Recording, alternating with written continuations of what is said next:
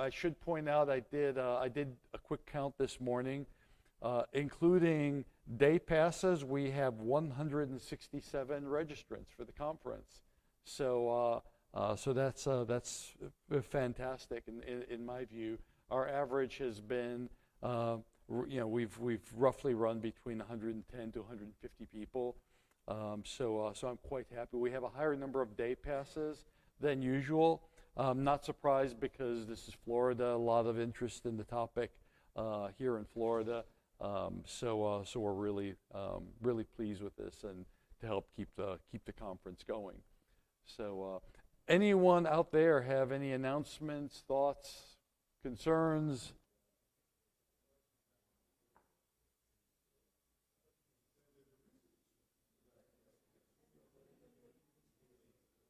Our first speaker is Brian Smith, who's standing in for Cara Posso. He's going to talk about environmental protection of features during highway construction in the faulted karstic Cretaceous Edwards limestone in Austin, Texas. I had a hard time figuring out where to put this paper, what session, because there's so much stuff that they did, and by default it ended up in engineering. So take it away, Brian. Okay, can everybody hear me okay? I guess it's working in back.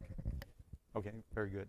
Yeah, well, that's a good point, Lewis, about the engineering, and I feel like this is one of those talks that's really fits well with what the Sinkhole conference is all about, where the geologists and engineers sit down together and talk and accomplish things. So, and that does go on a lot.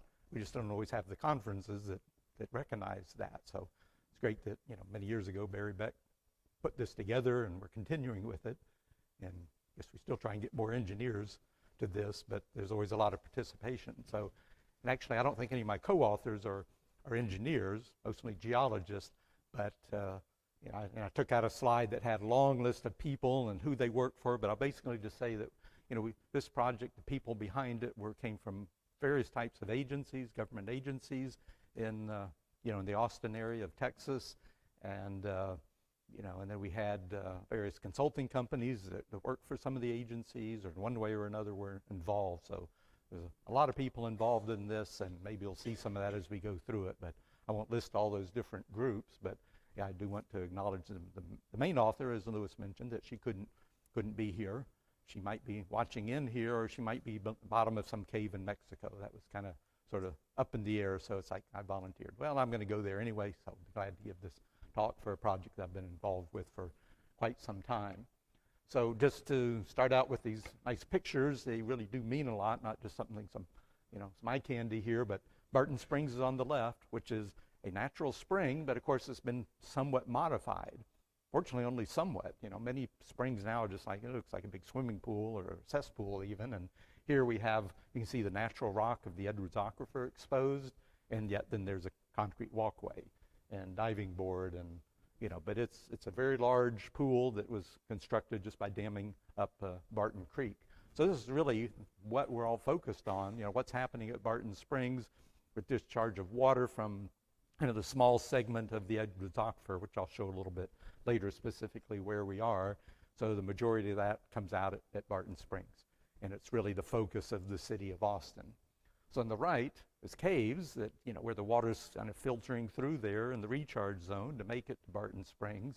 But this construction project encountered a lot of caves and a lot of voids, which wasn't really that surprising, but maybe I guess we were surprised about the number of really beautiful caves with beautiful formations, because you can go nearby and there's a cave and there's nothing there, maybe a little bit of dripstone coming through somewhere. So anyway, this is kind of the focus of what I'll be talking about. Make sure I get these buttons right to move forward. There we are.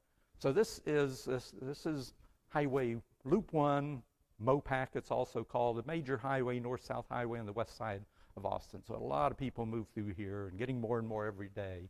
So this is one of two intersections where this work was done.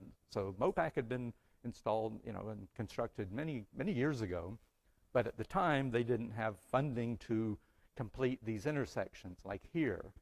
So this is La Crosse Road that really just connects a couple of neighborhoods. To the north is Slaughter Lane, which is more of a major east-west road that goes through Austin. So that was also the second one. And I'll have some slides that show both of those intersections together. But as you can see here, this was so it's a little weird why these lanes deviate and come together again, or almost. That's because without money, they said, well, we just need to do it like we need these interchanges here, but they also need the major throughways, north and south here. And so finally they got some money, got all the things together to make this happen. So, and the same with the other intersections. So I'll show some other pictures here that show kind of where we ended up, or what the plans were for how do we do that, how do we put that in there. And topographically you can't really see, but this is all a high area. So to make that underpass, they had to remove a lot of rock material, and that was full of karst features and caves, and for geologists very interesting, but also we saw some of these caves that couldn't be preserved. Okay, so here's what the plans were.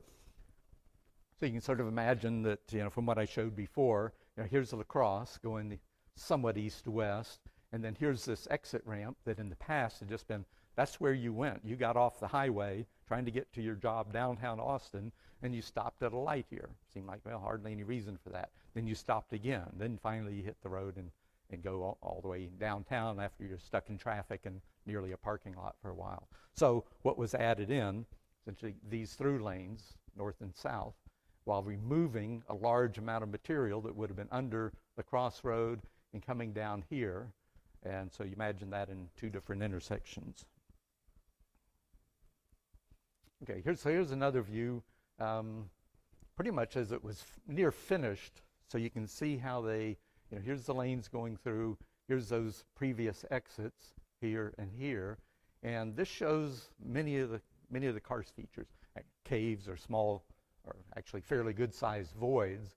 I guess in the total there were about 80 karst features that were encountered that were significant enough to write up and report to the state agency responsible for making sure these are mitigated appropriately. So this just shows the large ones. There was a lot more of them there.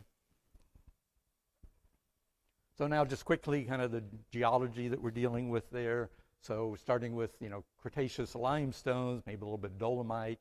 At one time, the distant past, there were some evaporites in there, but since this is, a water table aquifer, those have been dissolved out a long time ago, leaving some very porous rock and unstable rock, which contributes to the amount of karst features in this area. So we're really looking at, here's the Edwards group, and we're really looking at the Kirchberg member, primarily that, maybe a little bit of dolomitic. Some of the grainstone is exposed at the northern intersection, but that's pretty much what we're dealing with. Kirchberg is also called the Kirchberg evaporite member, an informal member of the Kaner Formation, which is part of the Edwards group. Okay, so here's some really nice views of faulting. Maybe some of those are fractures too. So here we're dealing with, here's the area, the study area. And so you can just see this is the Balcones faulting that perhaps was the Eocene-Miocene age of faulting of these Cretaceous age rocks. So this is what really contributes to, hundreds and hundreds of caves here in the South Austin area. Won't go into details about that other than say, yeah, there's a lot of faults and some of them cut right through this area, and that of course contributes to the development of karst features and caves. Over on the right shows just a little glimpse of a lot of dye tracing that's been done over the last nearly 30 years, or at least 25 years, and sort of showing how to the western part of the recharge area, and I'll mention here also that, so here we have this is the recharge zone of this section, the Barton Springs segment of the Edwards Aquifer. And then we have the confined portion over here, and eventually we have the saline zone. So you've seen some other talks already that mentioned some of these features. And the water, recharges, somewhat goes to the east, various directions. Then it hits some flow paths, conduits, caves that pretty much take the water right up to Barton Springs, at least in the Manchac Basin. We also have Sunset Valley and Cold Spring Basin, but this is pretty much entirely in the Manchac Basin. So with dye tracing, we pretty much know where that recharging water is going to go. And obviously, we don't want to let all the water from a construction project, major highway, get into the aquifer and minimize that. So we maintain fresh water. There's about 60,000 people that depend on this portion of the Edwards Aquifer for their prime source of drinking water. And of course, there's endangered species, 2 species of salamanders that live at Barton Springs that we're all under the gun to protect, or someone's going to come after us if we as a groundwater district or the city of Austin let something happen that the salamanders don't exist anymore. Okay, just a quick view of what you'd expect. Well, faulted limestone. Sometimes it's hard to even see distinct faults. It's just broken up. And here where you can see some bedding where it dips in here and dips in there, just from the faulting that's rearranged things a bit. This slide here is some slicken sides. And to the right is just where they exposed a cavity, but it was just, all broken up. Just, not so much from the construction, but that's just how it naturally was from the faulting of the limestones here. Okay, so I'm going to just go hit a few little items on here. Don't worry about all the words everywhere, but the key things are at the top. Texas Commission on Environmental Quality. They are in charge of what then are called the Edwards Rules. Here it says Rules and Technical Guidance. Down a little further, Chapter 213, Rules Protecting the Edwards Aquifer. So some years ago, TCQ put in place rules because they realized that, especially in the city of San Antonio, that at one time was over 1 million people depending entirely on the Edwards Aquifer, their drinking water, and a lot in Austin and even to the north. So these rules are meant to allow for development, but one thing is you probably can't develop as densely, or when you encounter a void, certain things you have to do to mitigate for that, so you can construct. You might damage some of the karst features, but you're still minimizing what the impacts would be during construction and long term. So, and here's kind of a little wording about what helps to understand what this process is. So, sensitive features, these cases are a high priority for the TCQ. The agency will make every effort not to delay construction. Upon receipt of a complete void mitigation plan using this particular form, the regional office will review it as soon as possible, but no later than 7 calendar days from receipt. So they're under the gun. Once somebody is doing construction, finds a void that they think is sensitive enough to reach this level, they submit this form to TCQ, and within 7 days they'll be back and say, yeah, that's fine, your plan to mitigate it is fine, or maybe they say to modify it in some way. So that's the regulatory process. And there's a view. This is not so much a geologic map, but just this is the map from TCQ that sort of shows in what area are you regulated for the Edwards rules. And so anyway, it shows, just kind of briefly here, we have San Antonio's here in Bexar County. So we've heard some talks from about that already. And the Edwards Aquifer continues to the west of Kinney County and goes up all the way to the Colorado River, contrary to some maps that we see that cut it off at the Hayes-Travis County line. It does continue to the Colorado River. And rumor has it that there's some Edwards Aquifer up north of there. I don't venture north of the river because that's too far to go, and all the good drinking and eating places are south. So just anyway, rumors that there's still more Edwards Aquifer up there. You have to listen to some other talks to see what that is. But anyway, it's a very extensive aquifer. Actually, Edwards rocks go even further, but the main water supplies are in here. And I think we've determined there's probably over 2 million people that are depending largely on the Edwards Aquifer at this point, although it's being diversified more and more as we start stressing these aquifers. Okay, so getting back to these 2 intersections, and don't worry about all the dots. These were some of the earlier ones when they started finding voids, and they found more and more. So by the time you get the most recent, it's like, okay, you can't even see what's there. There's so many dots there.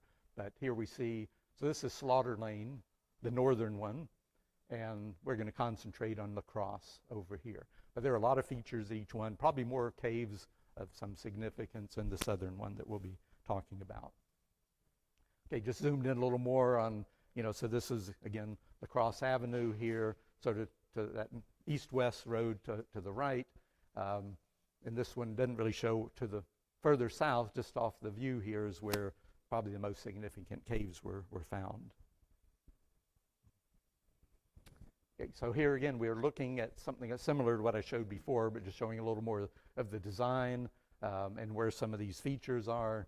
And you can see somewhat of the size of some of these, some very small, some large. And again, these aren't all the features, all of the 80, because a lot of those are just very small, but they still qualify as a sensitive feature that needs to be mitigated according to TCQ. Okay, looking a little more, I think similar to the picture I showed, just kind of a lot of broken up rock, and yet there's a lot of flowstone in there. So in some ways it's kind of stable because all the cementation of flowstone, but it's still not something you want to build a highway on, a major highway with all the cars that go over it. So if we look at, here's an example of a couple of voids. So if we think of what's up top, this is underground, so here's the natural ground, and so we don't know that's down there. Maybe somebody should have done some geophysics earlier and looked at this a little closer. But they said, oh, we know there's karst there. We'll deal with it when we get to it. So if you follow that down, then like, okay, so now they cut all this off, all the rock off there, but they still had a portion of this karst feature. So the idea is you don't want to just fill it up with cement. I mean, you could lose a lot of cement. You can just dump cement into the aquifer. So you start out with what makes sense, some large rocks, small rocks, eventually seal it off with the highway. And there's more complicated ones that I'll show here shortly. But that's sort of the general idea of how they would mitigate it and how TCEQ would require these features to be mitigated. So here's another example. Say you've had a trench of some sort, or it could even be a shaft where you're putting in some columns to support the overpass. How at a certain size, smaller ones you can just fill up with concrete.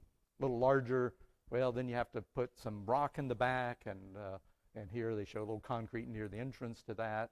So it all depends on each one's kind of unique and how they would mitigate it. And of course, here's the big machine that kind of grinds up that rock. It's interesting to see. Some of you probably work with these things, and they just kind of spin these blades with teeth on it, and it just grinds up the rock, turns into big piles of, seems to me it turns it more into powder than anything else, but it really does a good job of grinding things up.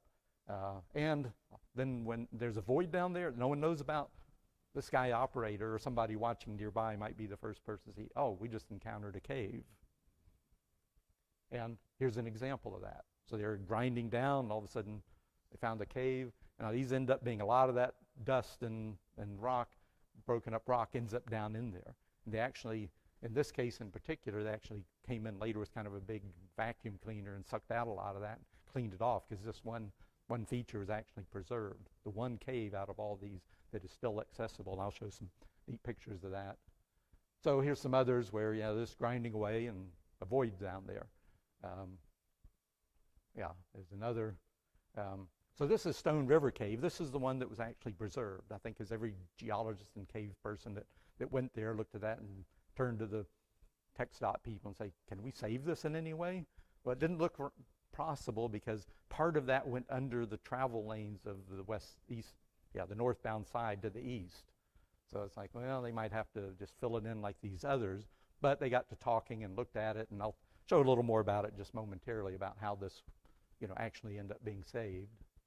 So inside, this is again Stone River Cave, and it is just the bottom of it just full of this beautiful flowstone. Some places very white, some kind of creamy brown, and lots of formations, long soda straws. So it was like, we got to do what we can. And fortunately, the engineers or whoever the managers were looked at it and determined that this could be saved. So I'll show how this sits there related to the highway.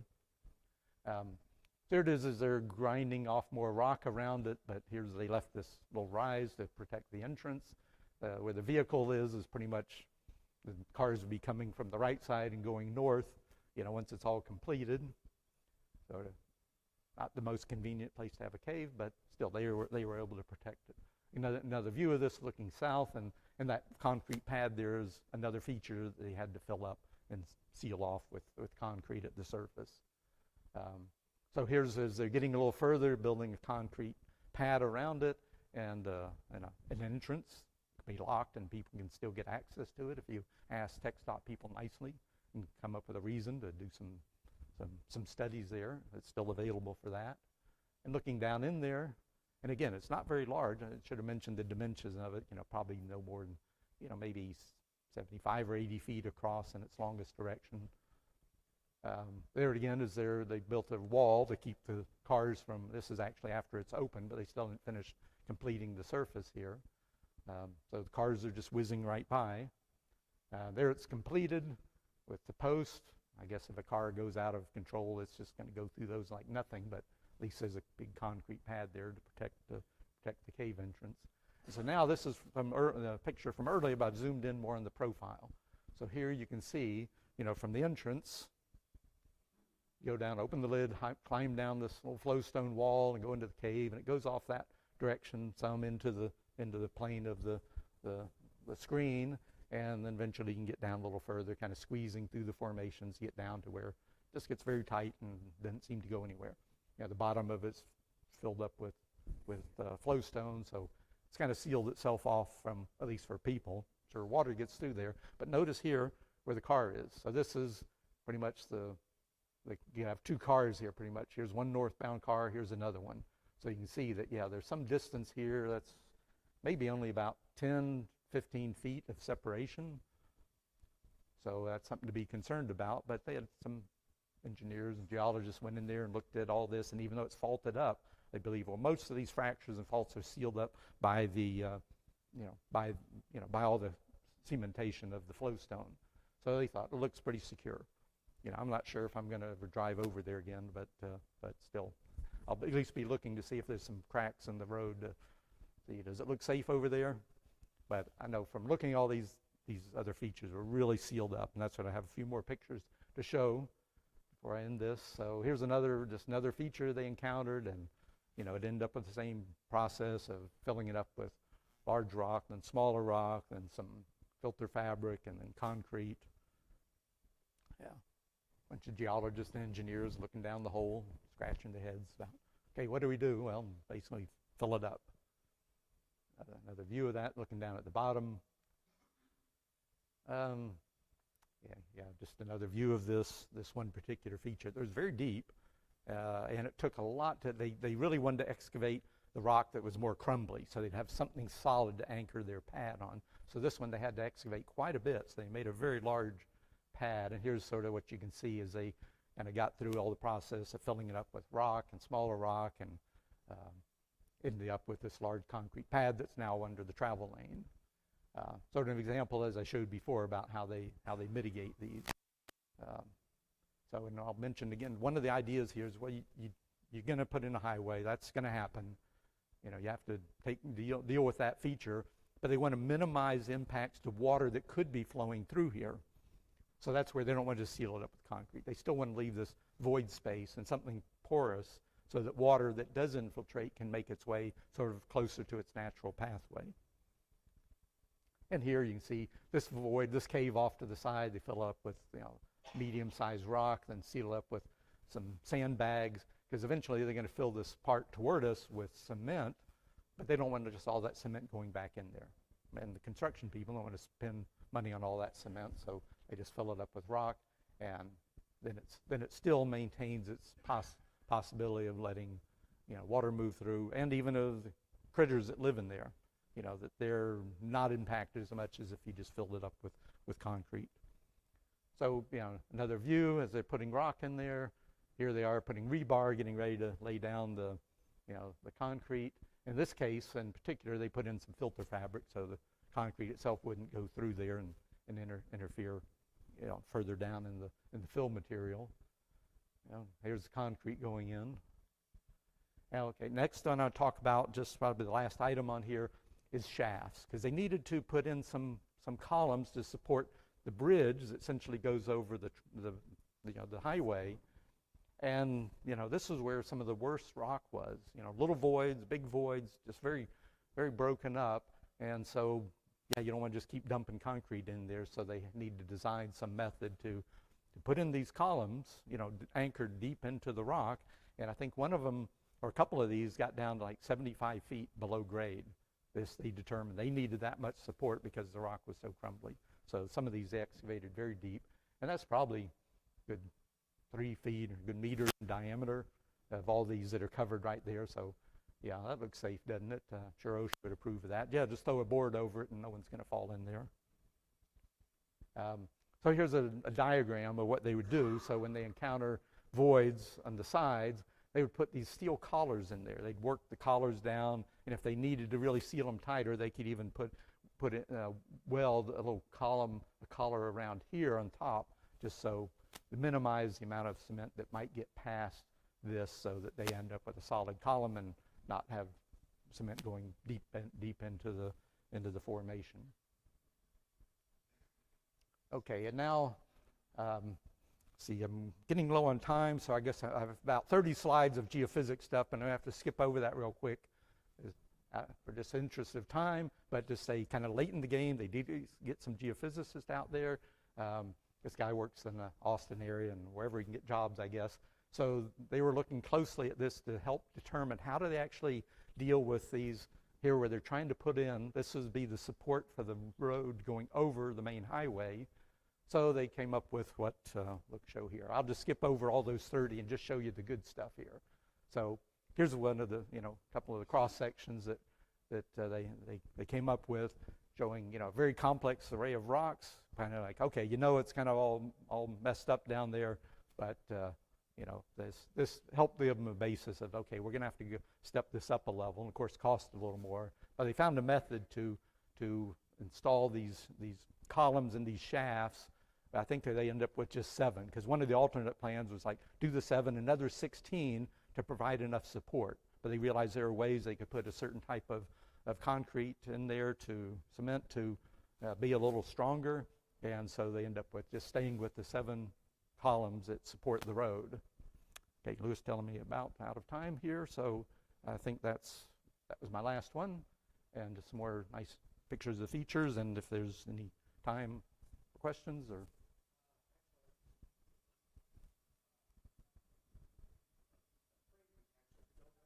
Questions?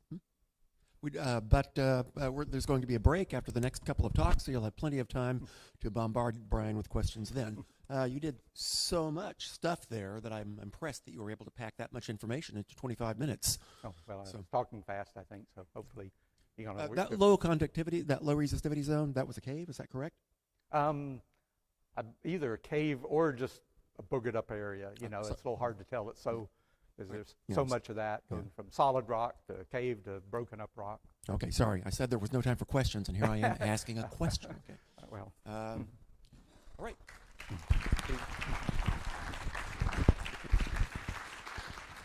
All right, our next speaker is Saeed Iravani, who's going to be talking about another hot and humid state, where he's going to be doing an evaluation of catastrophic ground collapses and a subsurface remediation program at the Holiday Travel Park here in Florida.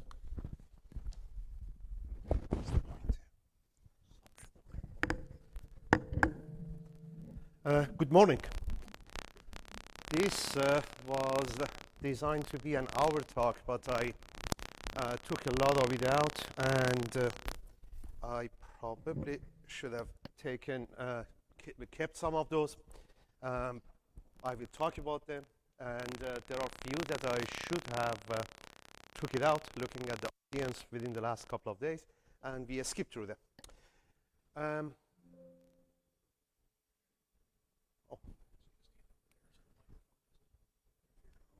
It's easier to see your audience, I think, but I guess. Yeah.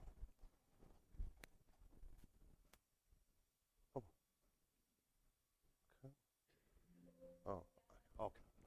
Let's go up. Holiday is at the top left corner over there, as you can see, in that area of Tampa Bay. It's a small town. It's a lot of retirement communities, pre-manufactured homes. Let me go back actually. Keep your attention on the first and the second date, 10th of November of 2014, and then the 11th of November. The 3rd, 4th, and the rest are less important. In the morning, around 8 a.m. of November 10, the first catastrophic ground collapse opens up. The day after, around 1 p.m., the second one, and then there is the third one about 10, 12 days later, followed by one after New Year. The picture on the left shows what happened in the first one. And the picture on the right shows it after we cleaned it up. The pulled the car out, and we had the contractor come to remove the debris as much as they can before we fill it.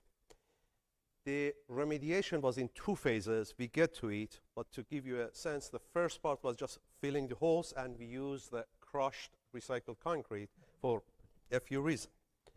You're looking at about at least 200 cubic yard went into that hole.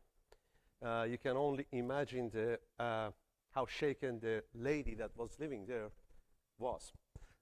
That's what she woke up to. The picture on the left is the second one.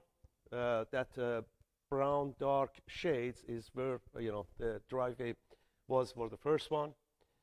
The third one opened about 10, 12 years later, but I will tell you why that opened up. There was a preliminary SPT boring there. It was properly grouted, but still it opened up, and you will see later why.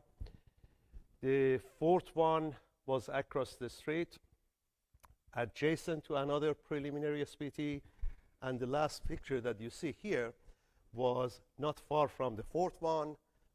About a year later, when we were doing the comprehensive SPT borings. You see a couple of lounge chairs. The owner of that unit thought it's entertainment, drinking beer, having music while we're working.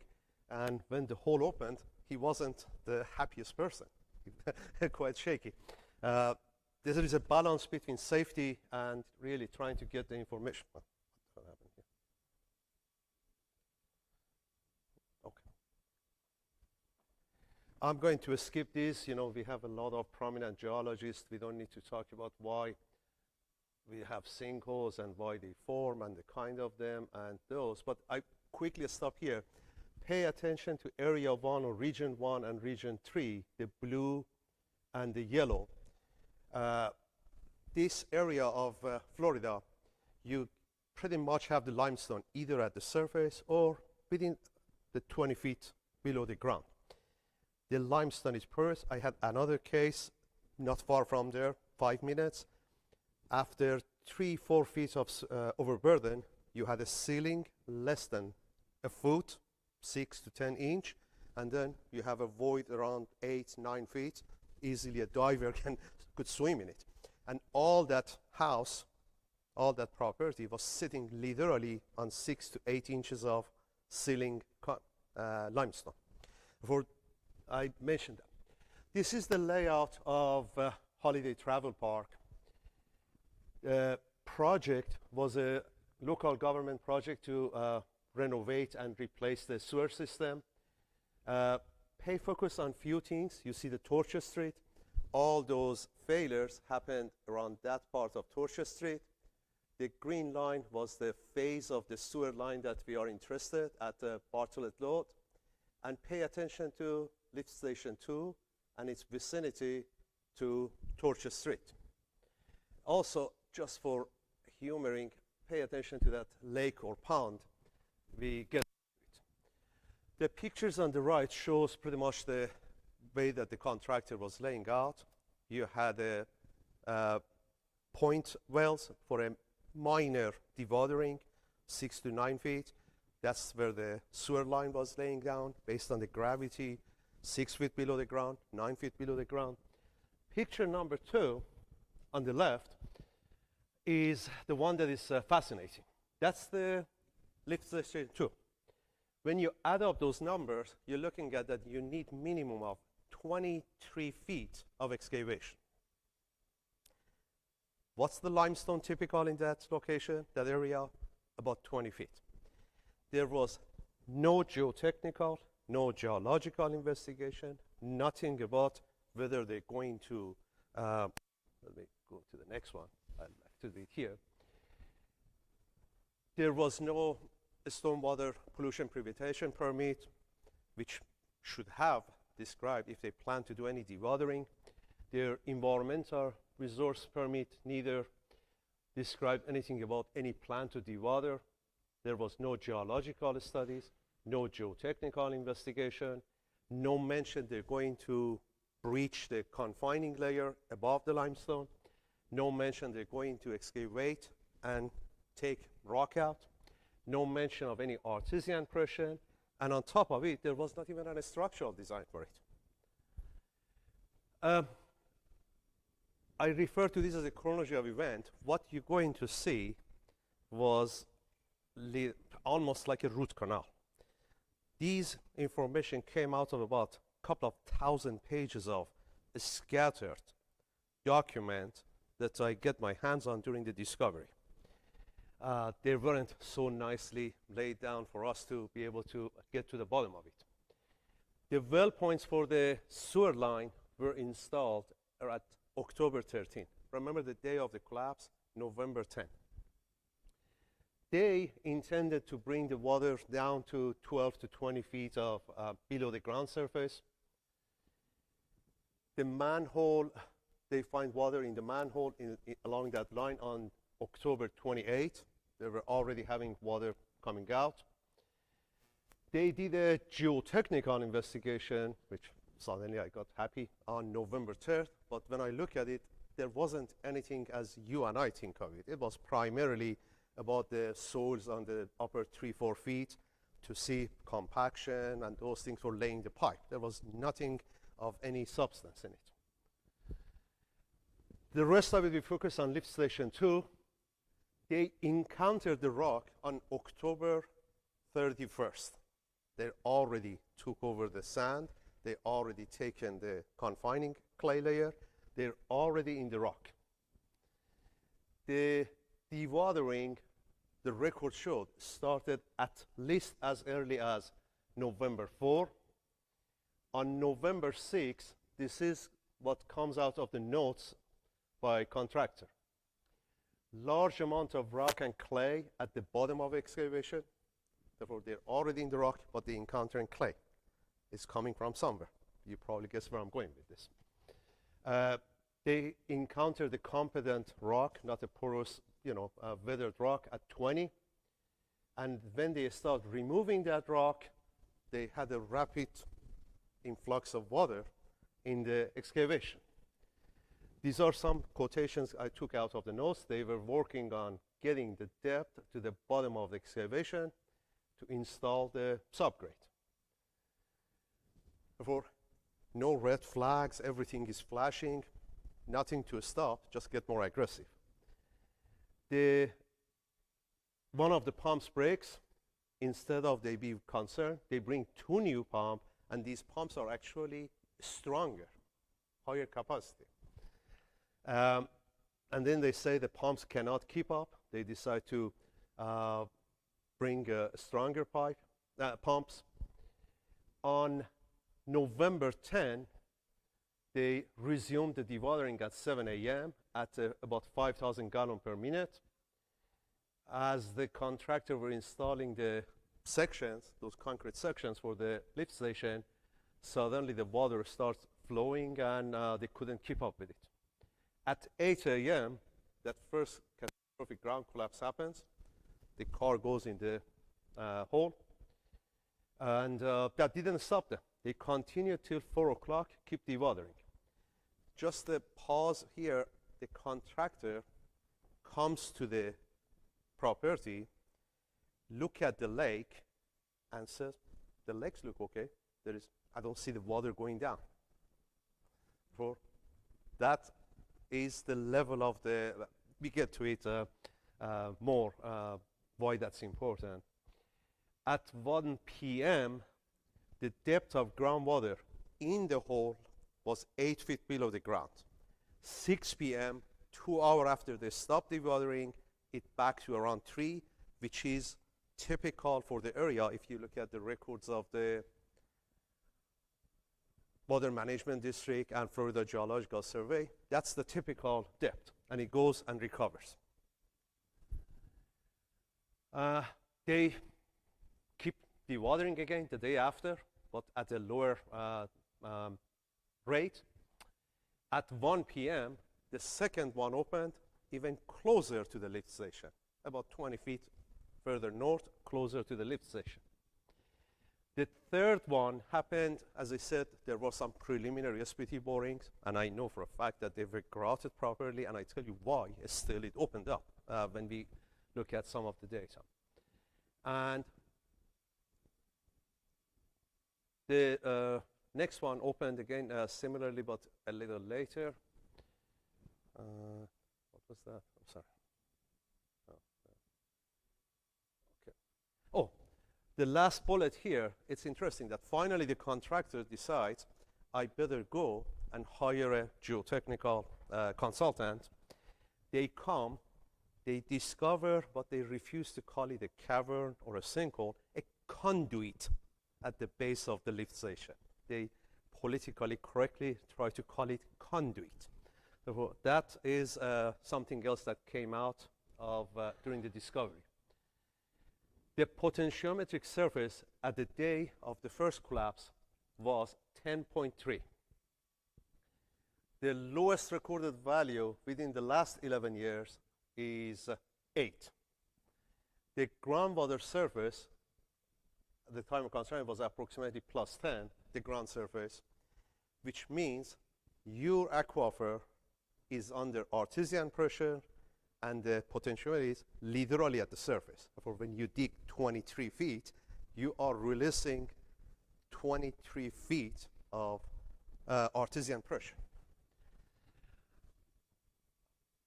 These I go through it as a bullet because I don't think we have time to go on the detail, but one of the things that reason I mentioned the contractor keep referring in their daily reports on there was no drop in the lake, there was no drop.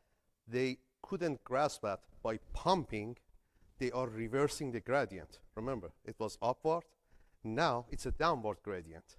It's pushing everything down. The other thing that during the litigation was very apparent, themselves and their experts had no grasp of the fact that you not only reversed the gradient, you introduced a significant amount of seepage force. We keep talking about that we're pumping, there is this much velocity, so many gallons. They could not grasp the difference between discharge velocity or apparent velocity, that is whether you have a 2-inch PVC pipe or thing, versus seepage velocity, which is in the intergranular level, and it's by order, if not orders of magnitude higher. You're introducing significant amount of force to intergranular structure. The last point,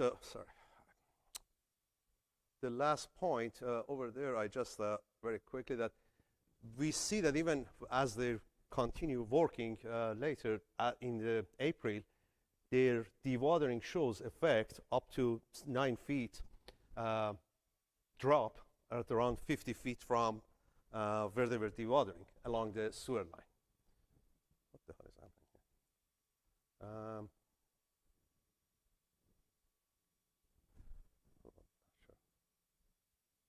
Okay, I guess we're okay here. Now, there was a geotechnical investigation. Of course, regardless of you already know, you shouldn't prejudge the outcome. You want to characterize the subsurface. You want to evaluate to see whether this catastrophic damage would due to sinkhole. And if it was due to sinkhole, what are the areas, how extensive it is, and what will be the suitable remediation for it. When it comes to geophysics, I'm more interested in the shear wave velocity. It doesn't get impacted by moisture. It doesn't get impacted by chemistry. And as I was predicting, and we get to it when we look at the SPT data, there were two distinct layers of, whether we want to call it sinkhole or cavern, under the entire area. Every single SPT, whether preliminary ones or the more comprehensive one, hit it. I make a pause here to go through another point here. That map that you saw, before my time, it been, I think, in 50s, 60s, whenever they developed that area, the common practice was, it was all marshland, swamp. They knock all the trees. It was way before the regulations. Now you touch a cypress tree, you're in handcuff. But they knocked all of them, and they put some fill over it, and they built on it. Another thing that the contractor keep talking is, there is this layer of organic, all these decomposing trees and things. And the answer to that was, for 40 years, it's been sitting there. You're not putting a 20 or 30 feet, story high rise there. You're putting a light structure. What was the triggering mechanism? Why it happened on November 10, 2014, not April 3rd of 1976? What was the trigger? When you pass that superficial material, you have a ceiling, you have a cavern, then you have one, you call it floor or ceiling, then there is another cavern, and then you heat into a continuously competent limestone. I like to re-emphasize continuously competent, because a lot of time our colleagues, the moment they hit some hard layer, they said we're done. No, it's important to establish continuously competent rock. Two distinct cavern or sinkhole encountered. And the shear wave velocity pretty much detected too. The cloud shows where the catastrophic ground collapses were. The comprehensive borings, not the preliminaries, they were done in those areas. Superimposing the N values, N60 values, again, that confirms the two distinct layer of the ceiling, and in between, all the zero blow counts, weight of rod, weight of hammer, or sometimes soil field cavities, caverns, but no resistance. Another step is, now let's throw this data and pass it through the filters of a strength criteria. Just because, it was a weak number or things, where it ended up. Passing it through a strength criteria for cohesionless material, granular material, and for cohesive material, we see a significant amount of failed layers of soil and limestone. On the middle one, those of you that are familiar, for a typical sand, you have a friction angle of about 35, 36. If it's clayey, if it's silty, worst case scenario, it can drop to about 28, worst case scenario. For by the time you drop below 30, 28, those are all yielded, failed, cohesionless soils. As when it goes to the cohesive soils, if it doesn't even show enough strength to be equal to an unconsolidated, normally consolidated, just basically sedimentary clay without any enhanced strength, any effect of cementation, aging, over-consolidation, anything, that's pretty much already failed.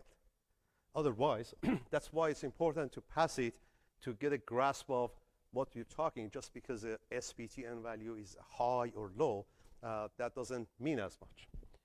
Now,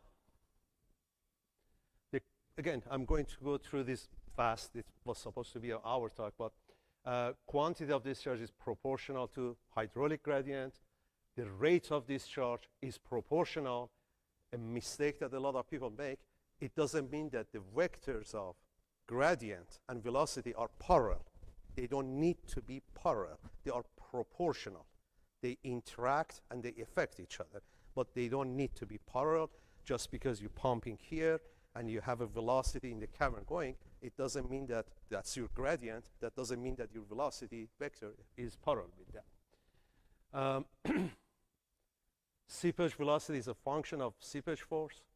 Velocity, not apparent, which is the inter-seepage force. And then the watering doesn't need to lead to drop in the water. Now you see why I made that comment. You can maintain your water level in the lake.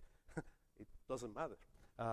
You change the gradient, you change the velocity, and you change the seepage force.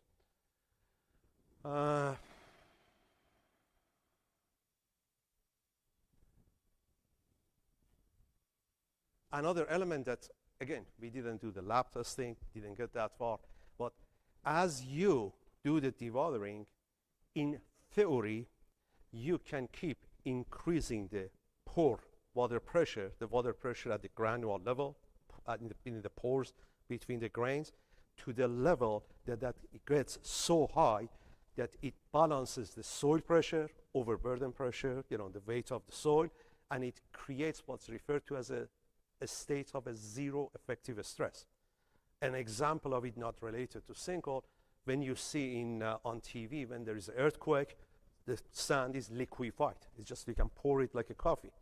That, if it's aggressive and you keep increasing the seepage force to the level that the pore pressure gets high and high until it balances out, create the effect of zero, which I think that also happened here, especially with the presence of all that organic. You don't have a lot of room for releasing or having a drained condition. Of course, the data confirmed. You don't prejudge your investigation. There was a sinkhole. It was the cause. And now, as far as the remediation, the catch is you have a bunch of pre-manufactured homes. You're not trying to put any piling, or there's no point of it. You have cavern in the roadway, in the grass, in the driveway. Common sense is you just try to feel or stabilize the extent of instability in your caverns. The point I said I will talk about it later in the presentation. When you do these SPTs, you breach that ceiling, you breach the second ceiling / the floor of the first one, and that hammering caused cracks. For while I personally was there, I saw how quality work the contractor did to grout his borings. It doesn't matter. You already cracked the ceiling and you created an environment that it can go. That's why in the case of the third catastrophic, and you see the picture was at night. They dragged me out of the bed at 2 a.m. to rush there to go. The other one, which I was physically standing there with party crowd drinking on the lounge chair, that only happened about 3-4 hours later. And no matter how much we warned them, we need to do it because this is our job. You don't want to be around here. They didn't listen. It wasn't the safest environment. I was predicting based on past experience. Now, that's why when we go to the grouting, I come back to this, but first, let's, oh, come on. I'm old school and these things. The groutings started from opposite of what some other experts chose, at the center of it and radially going out, because I wanted the grout flows away. I didn't want to sugarcoat it. I wanted that it goes as far as it can go, not to try to minimize the amount of grout. Start from when you already know its force and let it flow, let it go. I come back here after I go through this. The first step was stopping the panic. If you Google, you will see actually newscast about this case. It was a major crisis and panic, not just locally, even nationally. We brought crushed concrete to fill the holes, to fill the openings. Why crushed concrete? You have cohesion, you have gravel, it fills, but you can read this on the paper, or you can contact me. The total amount was about almost 1,000 cubic yard, and it went as deep as 104. I just make a point on this one. You will see that in the paper, you see a sample table. Here, I didn't want to make it clouded. You need to document where your grout go. I just had a case a couple of months ago that all that they did, they put the total amount of grout went in a hole. You want to document it every 2 feet, every 5 feet, then you can see those distinct zones that the grout went. Anyway, he gave me the look.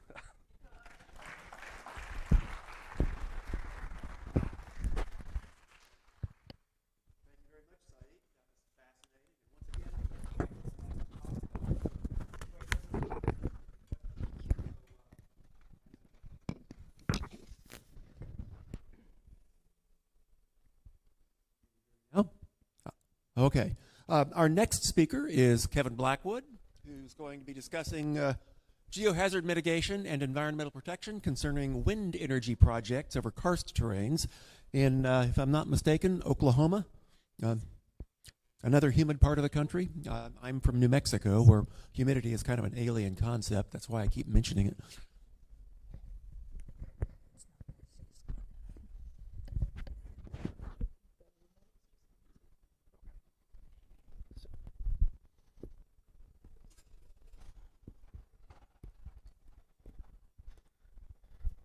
All right, is this working? Can you guys hear me all right? Okay. It always sounds a little different when you're out there. All right, so this is pretty much a summary of balancing mitigation and environmental protection specific to wind energy projects. And we're looking at some examples in Oklahoma. Sorry, I've been having issues with my throat, so I might be clearing it several times. That's not too bad. All right, so if you have karst terranes and you go to build wind energy projects on top of that, you're going to be dealing with a lot of really heavy infrastructure and very heavy mobile machinery. And you could have some issues with both of those, with some of the voids that may be occurring underground. And then also some of the, this is just key points, so some of the common methods used to mitigate some of these geohazards may not always be the most effective from an environmental perspective, and we'll look at some examples of that as well. And some of the projects that we worked on, some of them, they brought us in during the planning phases, and we were able to help them avoid a lot of the more severe issues. And then other ones, they brought us in after they realized there was karst, and so the project was already underway, so we were having to catch up and try to stay ahead of the civil engineering crews to avoid any issues. And so the things that are affected when you have a wind energy project on karst, obviously you're going to have wind towers. It's going to be a foundation. You're going to have a very large structure. You're going to have substations, your roads and crane paths. The roads will be carrying your water trucks, your fuel trucks, a lot of your tractors and other machinery. Let me try to fix this real quick. This little antenna keeps bumping into that wire. The crane paths are a little different. So these are areas where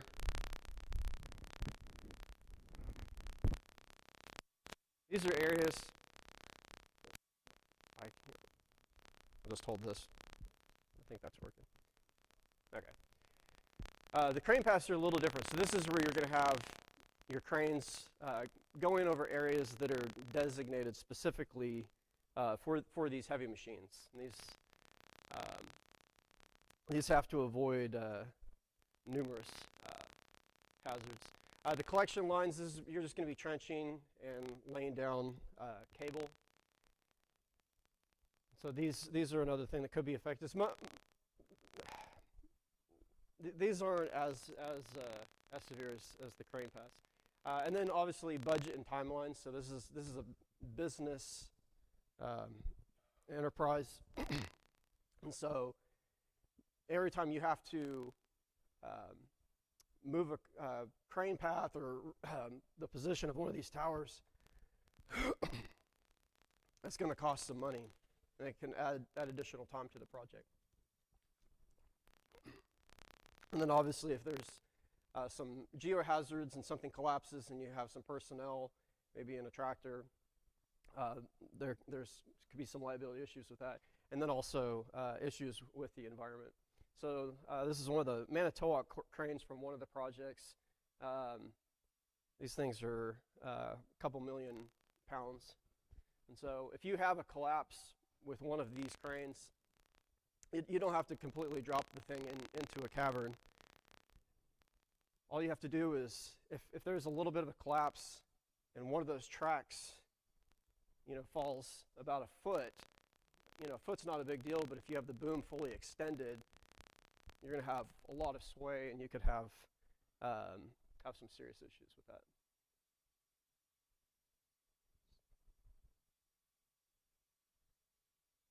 There we go. So our study areas in Oklahoma, we did 6 projects here. Not all of them ended up being developed. So one of the clients They wanted to do an expansion on a wind farm. They already had a little bit of experience with Karst from one that we just did for them. And the site that they were looking at, they went ahead and brought us in the early planning phase, and we were able to inform them, you know, what they were dealing with, and they opted to move to another state to do another project.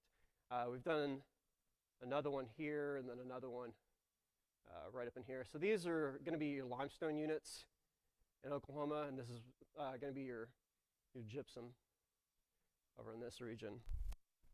So a little more humid on this side of Oklahoma, a little less humid on that side. So some of the methods that we're using to find features. I live in Oklahoma. I've been working in the Arbuckle Mountains region, which is in the southern part of the state, for the last 15, 20 years. And so we relied heavily on pre-existing karst data. So anytime you have an area where there's a lot of cavers that are doing this as a hobby, they're collecting all this data, and sometimes you can get it at a pretty decent price. And luckily, we already had this on hand. Spatial analyses, so looking at a lot of airborne and satellite based imagery.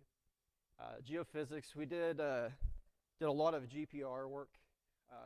We actually did 16 miles of GPR on one project site, and a lot of pedestrian surveys and cave mapping. And so this image right here, I'll talk a little bit more about what happened at this area. We kept telling people, project superintendents and the client, you probably don't want to put a tower at this site. This is really bad. There's like 6 to 8 deep fissures and a known cave system down below. And for whatever reason, it just kept progressing. They cleared the site out. They actually got right up to the point that they were drilling all the holes to pack the explosives in it to blast the foundation site, and managed to get the client and some of the project superintendents out there to actually see it in person. But I don't know how this is just kind of a joke. It's like we didn't really need to do GPR around there. Like we could see like obvious holes. Like there's no reason this should have even been going in. Some of the mitigation methods that are used when these features are encountered. So backfilling is really cheap. You find a hole, you just fill it. This is maybe not an issue when they're smaller and less sensitive features. Grouting is another one that if you find some isolated voids, yeah, it works great. But if you're injecting grout into a conduit that's carrying groundwater to a spring, that you could create a subsurface dam. And we actually saw one spring confirmed stop flowing. Business decisions. So sometimes this is people are putting a bunch of money into this, and so sometimes it's like, well, if we just ignore this, what are the chances we'll have some issues? And I think there's a little bit of that going on. And then when you get into some of the more expensive, when the project has already been moving along, is going to be the rerouting and repositioning, as well as breakdown. So breakdown of a crane is what this refers to, removing the boom and some of the other heavier parts. It could take up to a week to do a full breakdown, and then move it over the hazard, and then progress down the crane walk after you reassemble it. But if you get it in the early planning phases, this is really easy, and it's super cheap.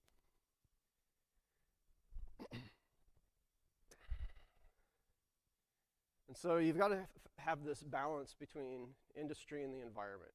So one of the issues that we had, and this goes back to that one that I was just talking about, where we were running the GPR. I had the GPR sitting over one of the fissures. We would type up reports, and we would say, you probably shouldn't do this. This looks pretty bad.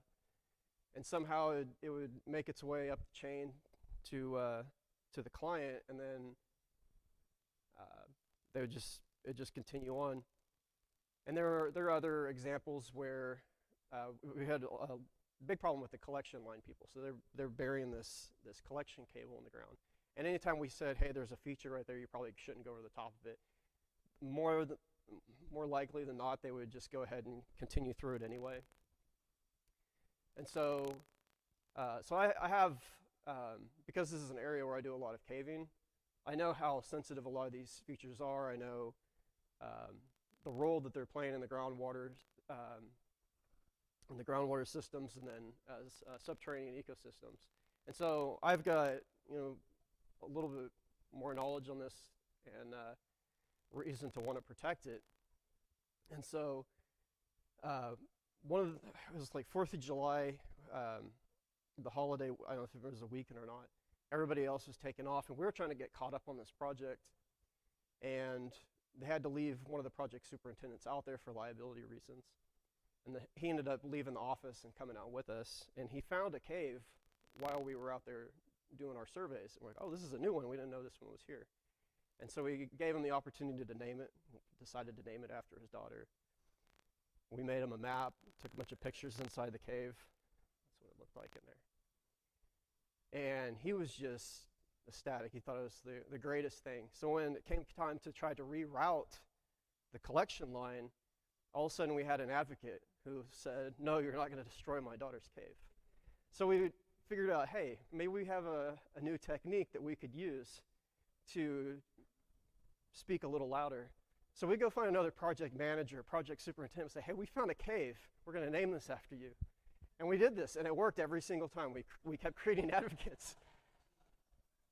I'm passionate about this because I've seen it, I've been inside of them. But when you bring people in from out of state who aren't familiar with it, they don't really have too much of a reason to care. They're just doing a job. And so by making this a little more personal, all of a sudden they care. And so it made it a lot easier for us to both carry on with the project, but also protect some of these features as well. But yeah, this one here, this is actually when we got the client and some of the project superintendents out of the office.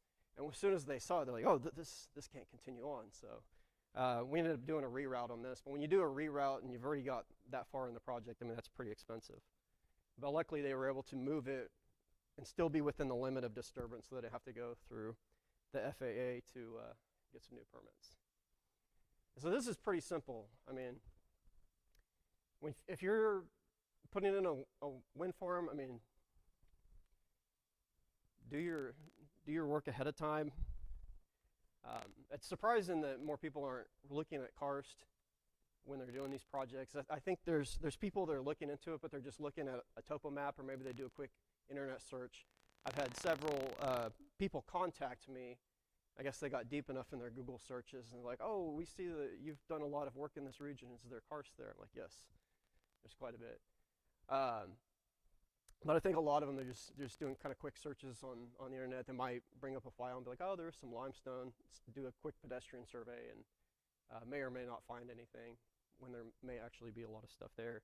And then the project progresses. So definitely reaching out to some of your local Karst folks is certainly helpful. But yeah, so when this happens, I mean, you can make it a lot cheaper by not getting into that.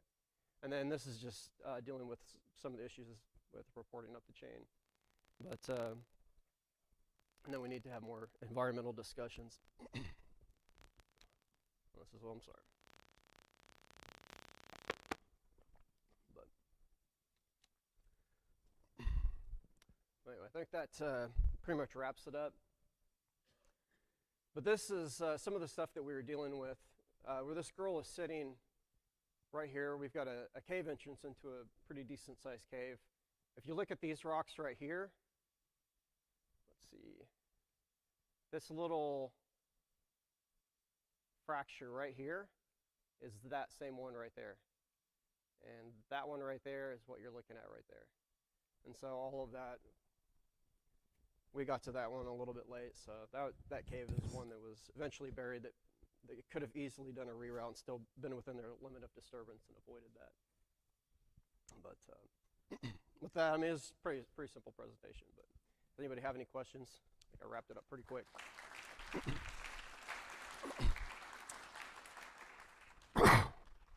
Okay, thanks very much, Kevin. And we actually have time for questions.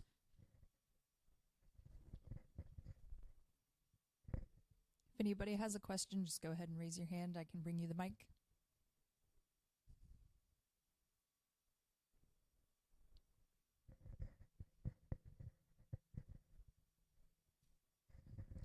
You know, in working on these projects, have you had any experience with them actually repairing any of these features and had any results as to how effective their repairs were? As far as encountering a feature or otherwise? Yes, as far as encountering features along their way, like you're showing this one here. What happened to that a year after it was done? Nothing. So, yeah. This one right here, I mean, you're dealing with so many different people in this communication chain that it was difficult trying to communicate with their supervisor and then get it back down to them in time. And yeah, so there's a few of them that we missed that were actually, really really nice caves. There's a few instances where there was some that there's the amount of grout that was used. We kind of think that they might have filled in a pretty significant cave. There's different viscosities of grout, so looking at the grout schedules, I mean, you're seeing stuff that's over 1,000 cubic yards that was buried, but some of that could have just been a really high viscosity grout that just moved through a bunch of smaller fractures or flowed through the system a little further. So kind of hard to say. I saw another hand. Oh, yeah. So were you able to classify your karstic features? Were you able to classify your karstic features? Which one is important, which one they have to avoid, which one they can actually build on? yeah, so the ones that we would, when they wanted to backfill features, we would usually go in and inspect them. If it didn't look like it was something that was taking on a lot of water, that it was an isolated void, we didn't see a lot of decorative features, we didn't see any bats or other organisms, usually we would give the thumbs up on that and be like, we're okay with that. Obviously, if it was a feature that, I can't go backwards, can I? It's not. Oh, whoop, there we go. If it was something like this, I mean, this is a major conduit that ties into a cave system that is about 4 miles in length. And so this is one that we really wanted to try to protect, and we were successful in that one. So.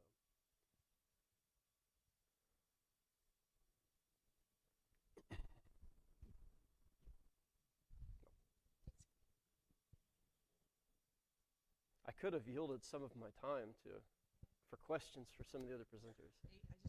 Did you have to file the reports, the grout reports? I wasn't responsible for. Or did the grout reports. they have to? Are they required in Oklahoma to file them? They had grout reports that they supplied to me.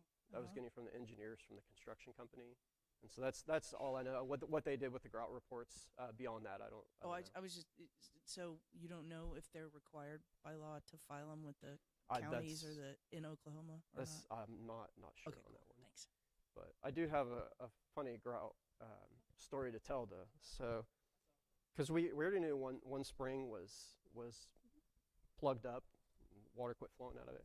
There's a major creek that supplies a recreational park, gets several thousand visitors a day within one of the areas. And we got a phone call from the park management, said, hey, our creek all of a sudden just quit flowing, we don't know what's going on, can you come check on the spring? And instantly I was like, oh my gosh, they plugged it up. And so I was racing down there to figure out what's going on, looking at the USGS gauge. There's still water flowing, but it had dropped significantly. And by the time we get down there, we look at the spring's flowing fine. Like, what the heck? So we start going downstream to figure out what's going on. And some kids had built a dam all the way across the creek in an area that was able to backflood quite a bit. And we tore that down and sent a nice little pulse downstream. Yeah, they used a beaver dam that was already in place, just started pulling up a little higher. They wanted a deeper swimming pool, I guess. Yeah. So. You okay? I'd just be worried about beaver fever, giardia. You mentioned that you got better results when you're involved early on. Mhm. Ideally, when would be the best time to get involved? Are we talking as early as land acquisition, like 30% design? Like, when's the best time? As far as, so we're working on a project right now in western Oklahoma.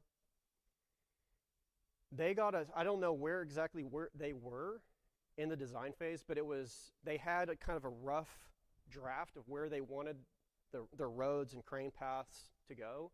They supplied that to me early on and said, we want to know where all the features are.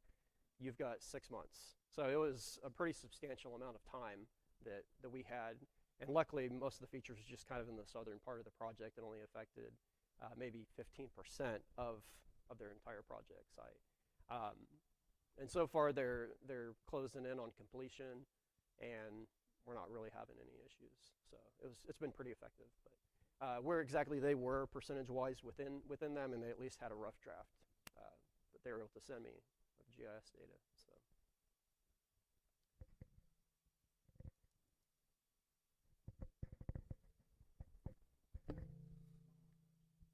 I'll respond to that too. I've actually worked with Kevin. I know the picture on the left there. To your question, Sonia, I'd get Kevin involved, or folks like Kevin involved, as early as possible, like years before you're going to build the project. And if you don't, we can always get them involved, at the 30% phase, but don't wait till you're in construction. I can speak from experience. Yeah, we were literally a day ahead in some places on one of the project sites because the civil crews had already advanced so much, and so they've got dozers clearing rocks behind us, and we're out there with a GPR trying to figure out if there's anything down there. So I believe that was Okay, the last well, one. thanks a lot, Kevin. It's time for a 10-minute break so we can get some coffee. Okay, it's time for the second half of our engineering session. And maybe if somebody could go into the other room and holler at those people again, we can get the rest of our audience back. Thank you.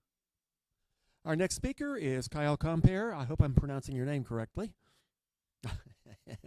He's going to talk about using LSTM neural networks to simulate stage of Wakulla Springs in northwest Florida. All right, can you all hear me okay? No. No?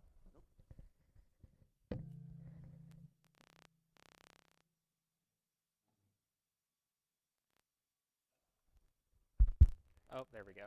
Better? All right, hello everybody. My name is Kyle Compere. I'm a PhD candidate at Florida State University, and today I'm going to be talking about some of my research of using LSTM neural networks in order to simulate the stage at Wakulla Springs in northwest Florida. Before I get into this, I'd really like to just take a moment and thank NICRI as well as the Sinkhole conference in general for offering the Beck Award. That's the reason why I was able to come here today, and I just wanted to acknowledge the amount of student support that this conference has offered. So thank y'all for that.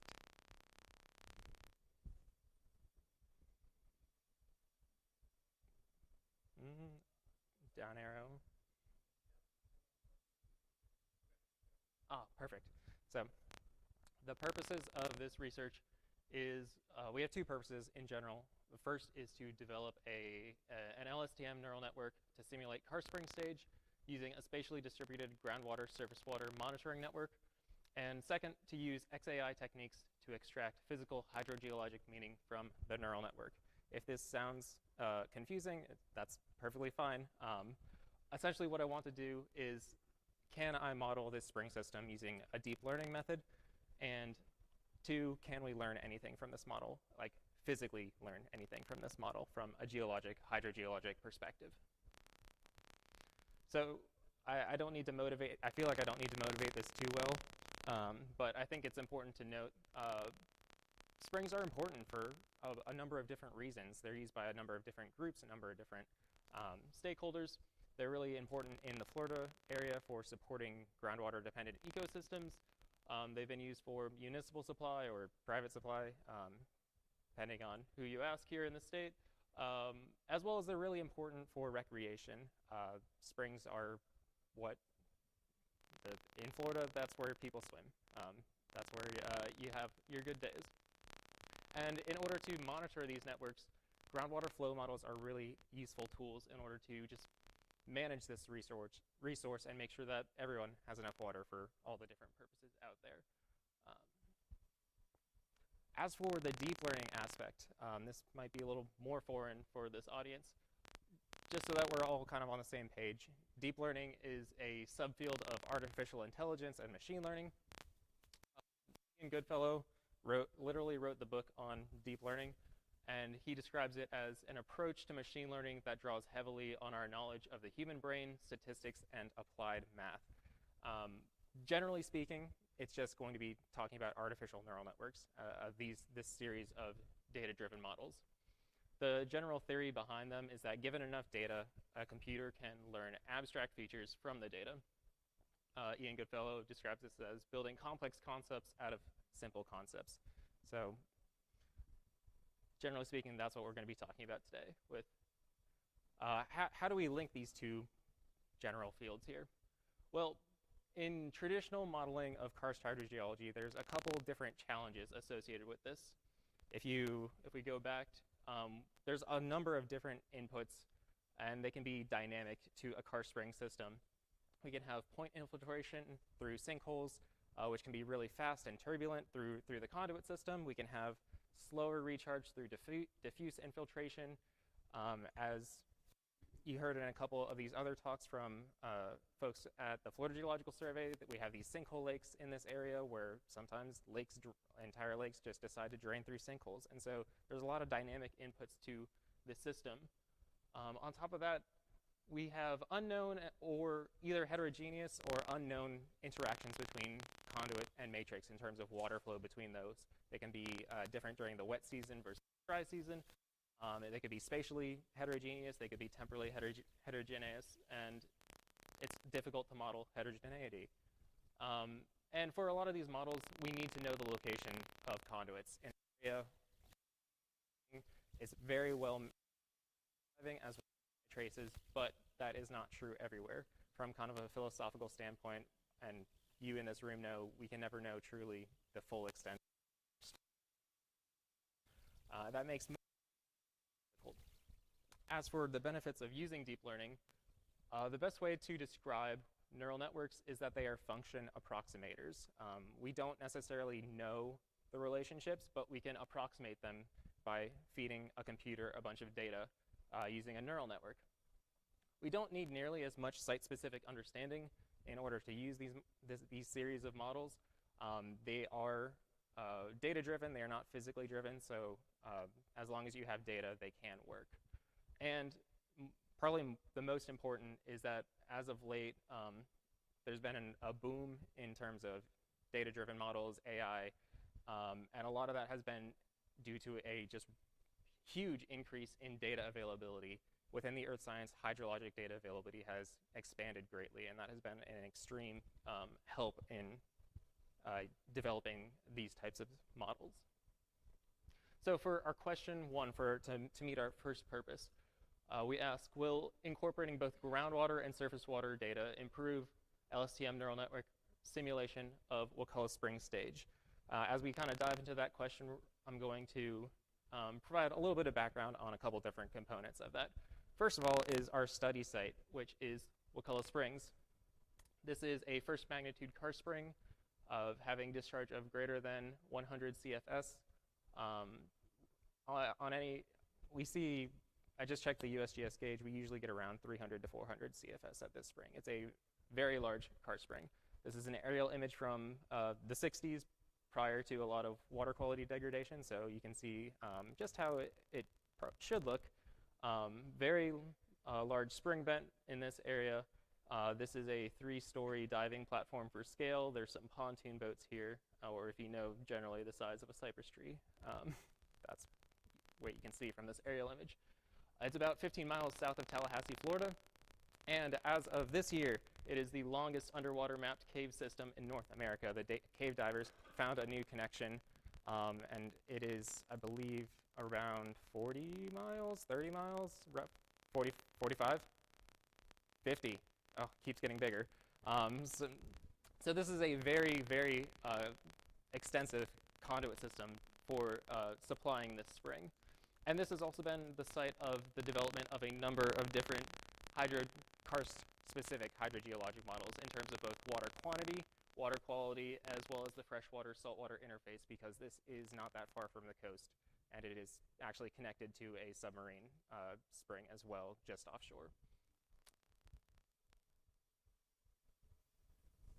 Oh, my remote stopped working. No, you're good. Appreciate it. As we kind of take a look at the spring shed, as I said, this is a very heavily studied spring shed, and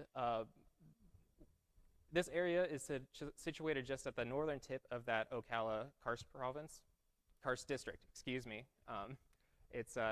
So it's the same kind of units and same kind of geomorphology that we've been seeing on the field trips and that you've been hearing about throughout this conference. Essentially, we've got the upper Floridan aquifer, a eogenetic karst aquifer, and on top of that, we get the Hawthorne group, which are a bunch of essentially clays that act as a confining unit. Similarly, as you go south, we hit the Cody Scarp, which is an escarpment. From that point, we get into an unconfined area, and this is where our spring actually is, within this unconfined area in the south. Most previous studies, not all, but most previous studies, typically of this area in the spring shed lie south of the Cody Scarp. They use this as one of their boundary conditions. But we're going to go a little bit further, and we're going to expand that area a little bit towards where we have data, which in our case is right at the Florida-Georgia border going down south. As for data availability, a lot of what I'm using, well, what I am using, is monitoring data from the Northwest Florida Water Management District. This is a very heavily monitored basin in the Tallahassee area. We have 41 surface water stations, and these are a combination of natural surface water features as well as drainage ditches and pretty much, a wide swath. We also have 22 groundwater monitoring wells up gradient of the spring. Here you can see the spring is in the state park to the south, and we've got a pretty good coverage spatially throughout this area. I've also included one down gradient groundwater well in this model. We know that there's been pretty good studies in this area. We know that there is a coastal or a tidal component to spring flow here, and as a way to kind of incorporate that into our model, I decided to include a pretty a groundwater well down gradient but close to the coast in order to try and get any tidal information from that in our model. There's a USGS monitor here at the spring vent, and so we have a continuous record of stage for the spring stage at the vent. And for this, I'm using daily averages from data stretching back from January 2017 to January 2020, which is just over 1,100 days. So for this, to kind of go back to my the purposes of this, what I want to do is develop essentially 3 neural networks here. One that is trained on just surface water station, one that is trained just on groundwater stage data, and then one that is trained on everything to see what happens. Now into the nuts and bolts of it all. I'm going to keep this pretty superficial level. I'm not going to get too technical with this, but this is essentially how our neural network works. We're using what is known as long short-term memory, or LSTM. It's a bit of an oxymoron there with long short-term memory, but I didn't choose the name. This is a really effective way to incorporate time series data into neural networks, because it allows for previous time steps to be passed, information from previous time steps to be passed on to current time steps. You don't need to really know this diagram here, but essentially how it works is that information flows in from, or data is fed into it. There's long-term memory, which captures long-term dependencies, and then there's short-term memory flowing through the bottom, and they're able to interact with each other. So this has been widely used in surface hydrology because we know that hydrologic processes are sometimes time-lagged, sometimes longer-term data can have an impact on, say, river forecasting after a flood event. But we also know that there are short-term processes like overland flow, which can immediately impact our time series. So this has been kind of the gold standard model that folks are using. We couple that and build it into a neural network. This is proposed by Zhang et al. 2018, and they were probably one of the first ones to use LSTM neural networks to model groundwater levels. How we have this is a diagram of our network. Essentially, each one of these circles are an input time series.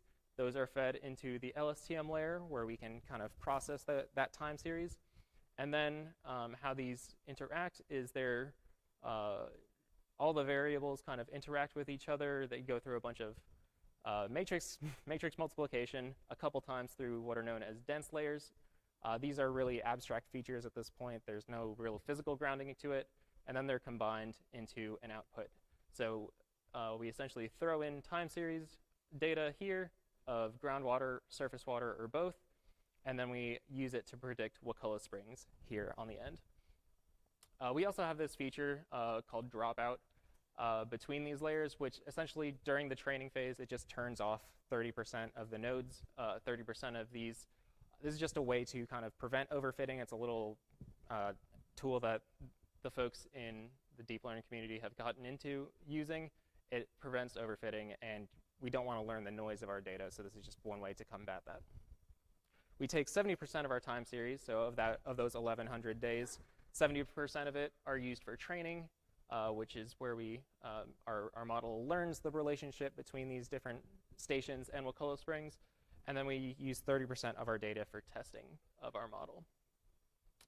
And so this is what we get. We've got our 3 cases here. We've got, this is our groundwater only neural network. This is our surface water input only neural network. And this down here is both of our groundwater and surface water inputs.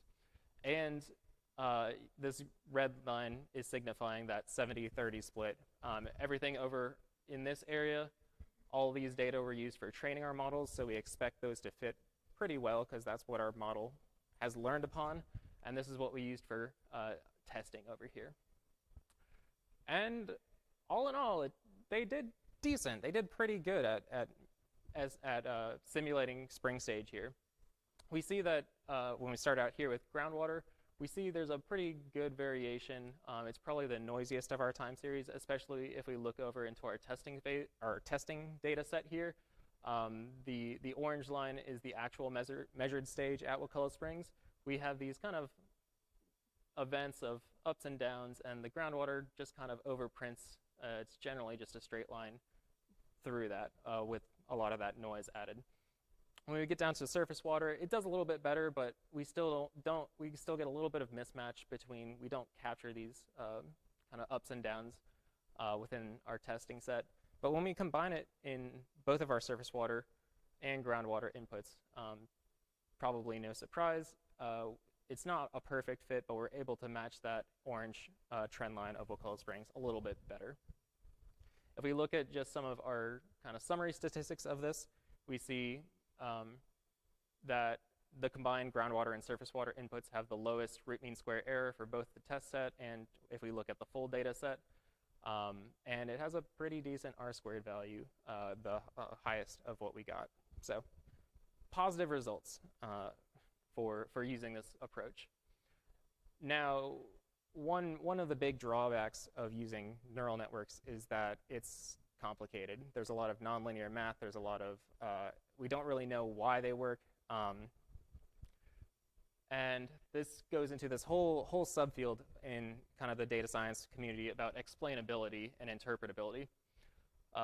Neural networks are black box models. You have an input, it goes through a bunch of complicated math, and then you get an output. You don't really know why or how they're making the predictions that they do. If you compare this to like a groundwater flow model, a physically based model, you have a partial differential equation. You know how your input is going to affect an output.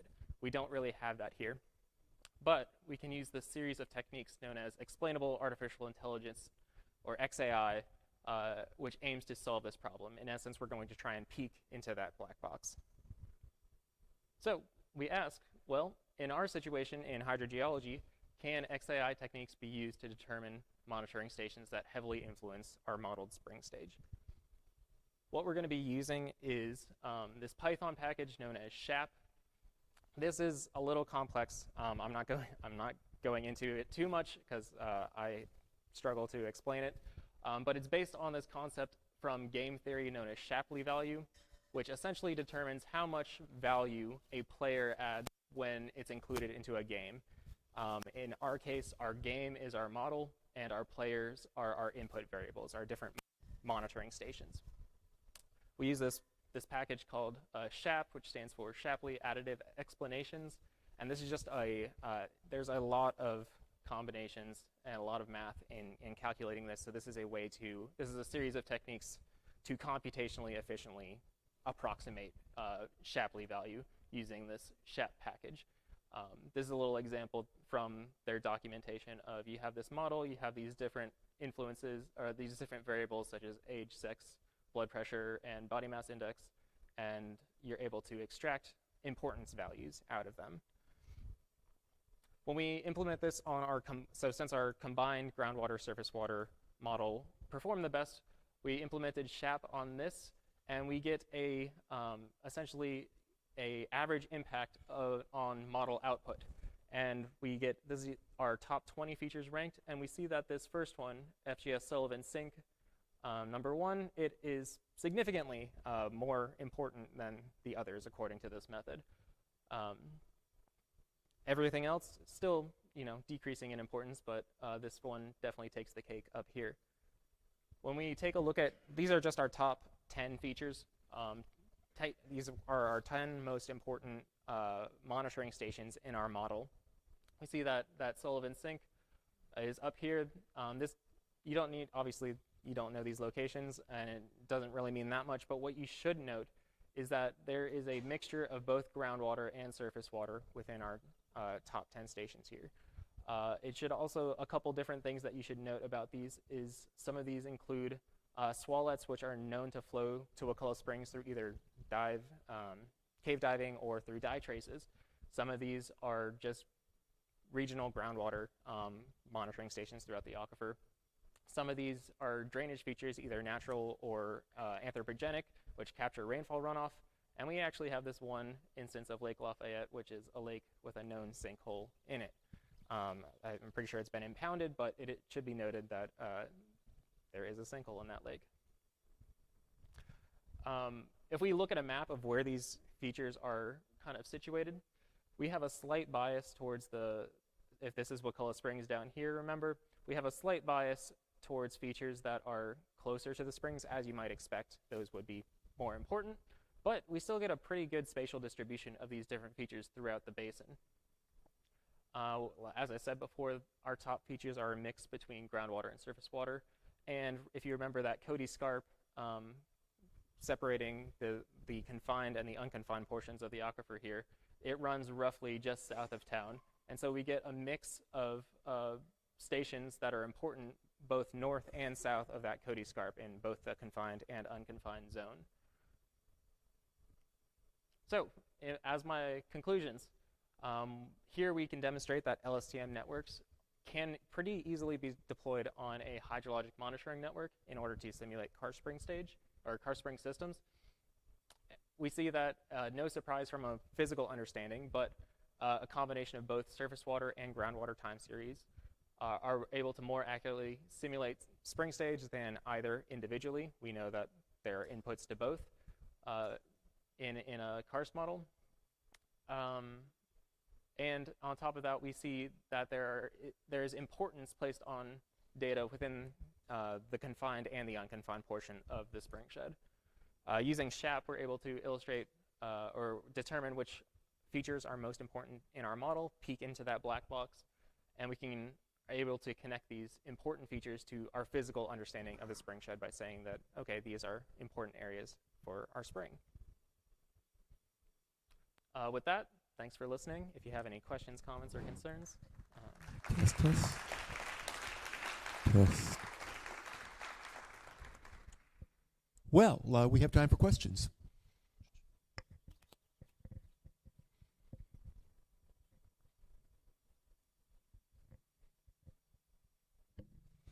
Thank you, Kyle. Wonderful talk, very interesting.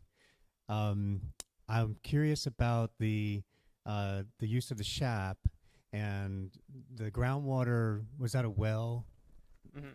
A well, the Sullivan Sink, yes. Mm-hmm. Was that result at all related to the amount of data that was recorded at that particular site? Were all the sites of equal data? Yes, they were. Some of them were probably sampled over 15-minute intervals, while others may have been an hour, but they were all averaged to, in our model, the inputs were daily data, averaged over the day. So they all had daily time series for that time period. I see, and there weren't any periods of missing data? If there were, it was, I don't think there actually were any missing data for this.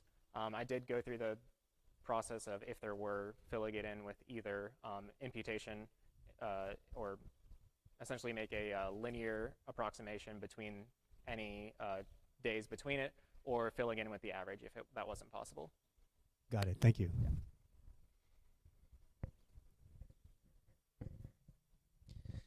Yeah, I would ask similarly. It's this level of importance that you've established is just importance in your model. Correct. It may or may not be in reality. Correct. Depending, and that all depends on the quality of your data set and the completeness of the information that you're using. Correct. And in this case, you were able to have pretty well studied area with lots of information. I guess, could you comment on the processes that are necessary to assess whether you have enough information to make this make this data believable, or this kind of analysis believable? Yeah, so this is something that I have kind of struggled with in my mind. Obviously, not all spring basins have this many monitoring stations. And folks in surface hydrology have done a really good job at generalizing these types of models towards ungauged basins for surface river runoff. And there really is kind of a disconnect in the Karst community right now. I'm hoping that we can kind of bridge the gap a little bit more into making more generalized models that can be more applicable to other areas, whether that is features about the spring shed, or if we can get a data set of, how will this data set work with maybe one groundwater station versus 20. So there needs to be a little bit more work to be done with kind of making this generalizable for other karst sites.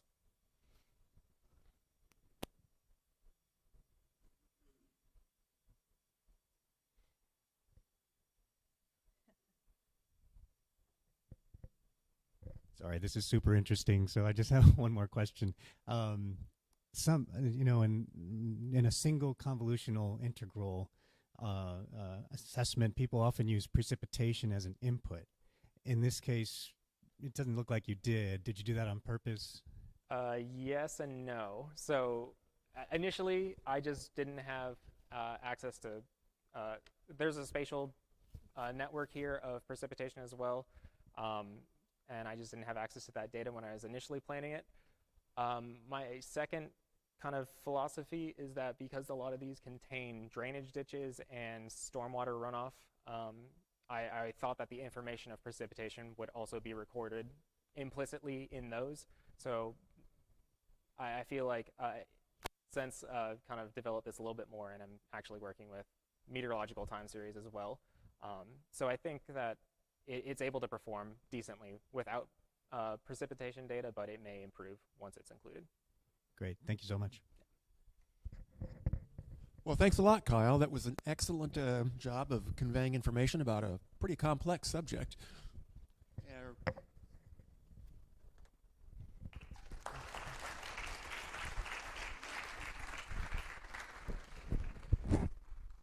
Okay, our next speaker, and I hope I'm pronouncing this person's name correctly, is Piernicola Lollino. Is going to talk about quantitative assessment of sinkhole hazards using insights from the application of numerical modeling techniques. And it's actually, the speaker is Mario Parise. Let's see. Thank you for pointing that out, George.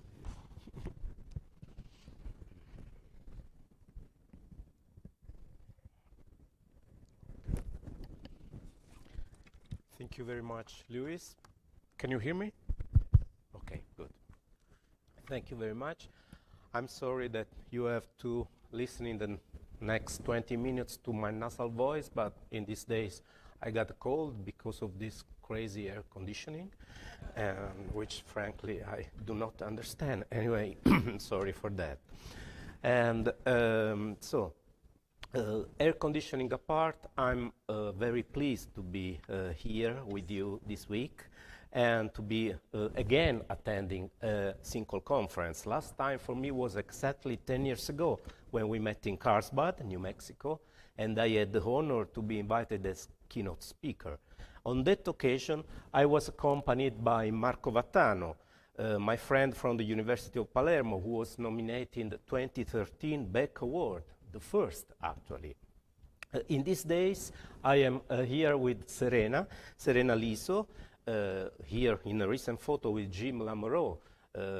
I knew that Jim was not going to be here today because he had to go to New York. So I, wanting him in the audience, I put also this picture with him here.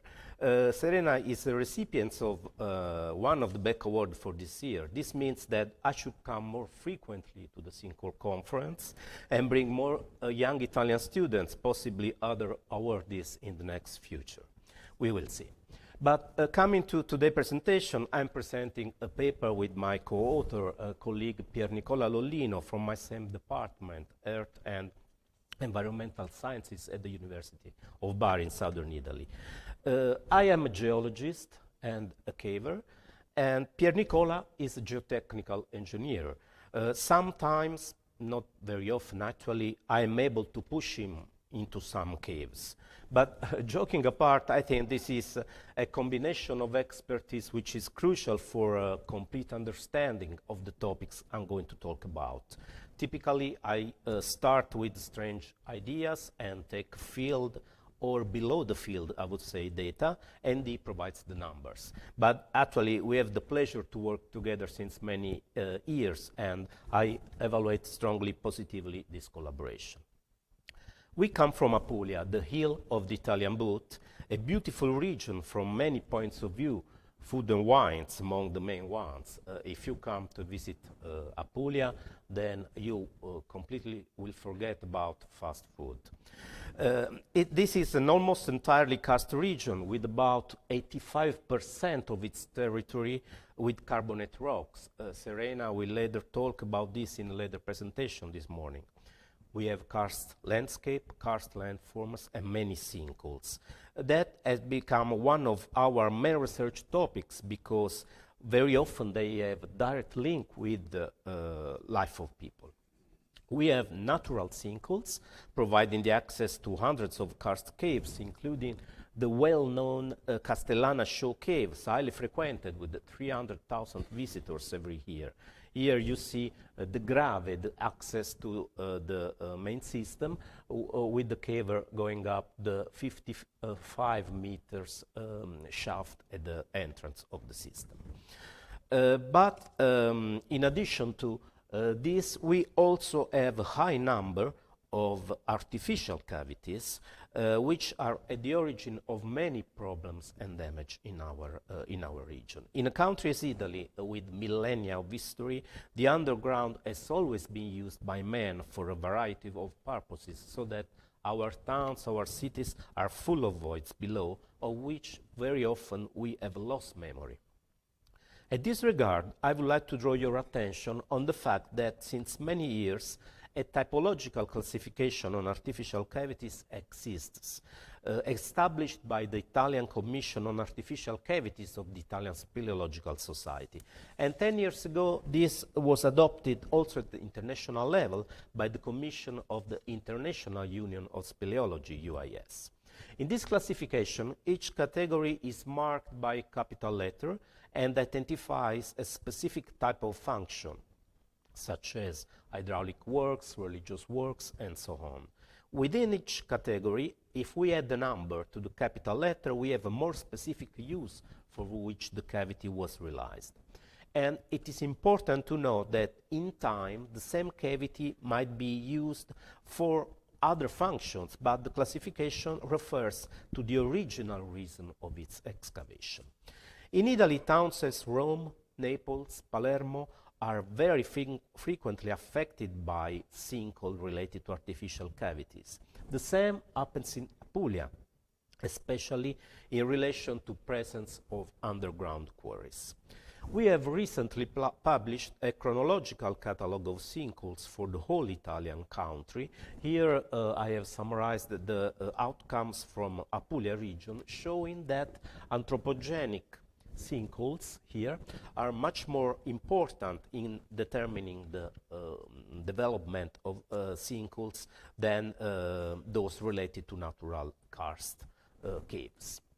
So we work on sinkholes since many years and generally follow this classification proposed in 2014 by Gutierrez, myself, Yodevaele, and Olanrewaju.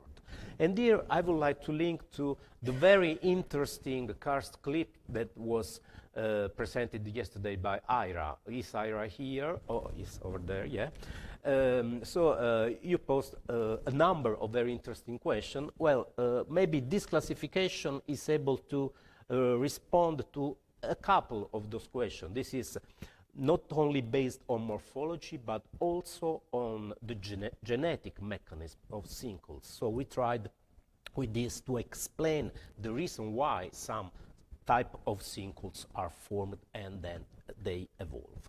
The same classification has also recently released again in the second edition of the Treatise of Geomorphology last year. Those of you who might be interested in these articles can contact me after the presentation or email me, and I would just be happy to share this material. So, occurrence of instability in underground environments is a serious but often discarded danger. Since the origin of the failure mechanism is typically hidden from our sights, we realize the hazard only at the time of its occurrence, very often with disastrous effects also to the built-up environment. This means that the possibility to enter, explore, and monitor the underground is crucial in order to mitigate the impacts deriving from sinkholes. Identification of precursor signs of failure at the ground surface is still a matter of debate and scientific research. Moving underground within the cave system allows to observe evidence of deformation from faults from the vaults with massive chaotic deposits as here. We also have some rubbish, of course. I've seen also trash in some other presentations in this day. This is the proof that, of course, stupidity is all over the world and not only in Italy. Also, then we can have cracks and open cracks in the pillars, likely anticipating the development of larger collapses, such as this one. Here, local failures involving wide portions of the walls and some of the most critical sites located at the corners of the pillars. Especially the failures at the lower corners are likely related to a stress increase due to overcharge on the pillar itself. But particular attention should be paid to those features likely being a precursory sign of larger instability. They essentially consist in opening of tiny incipient cracks and shear movements along planes of weakness in the rock mass. Along the walls, we can find localized swelling like this produced by the pressure exerted in the proximity of the cave boundaries and by the tensional release. As an effect, a line bulging can become visible along the walls, here for instance in these red arrows and yellow arrows here. And they delimit the sector most prone to failure.